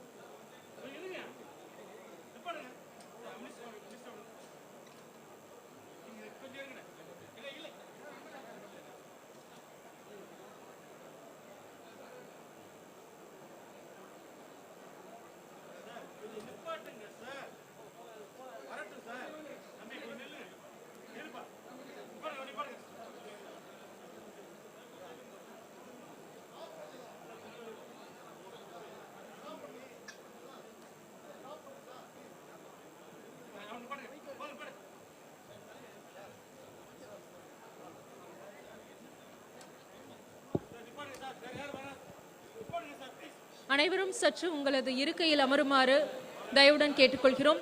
இன்னும் சற்று நேரத்தில் அந்த புத்தகம் கொடுக்கப்பட உள்ளது. அதுவரையில் சற்று பொறுமையாக உங்களது இருக்கையில் அமரவும்.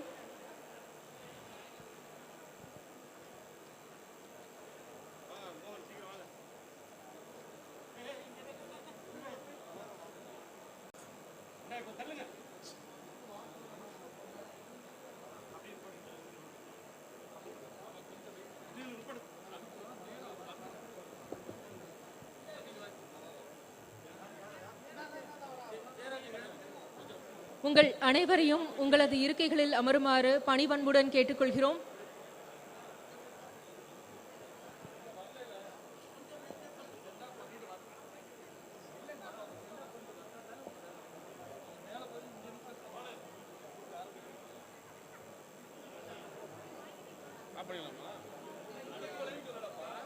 பேசுறாங்க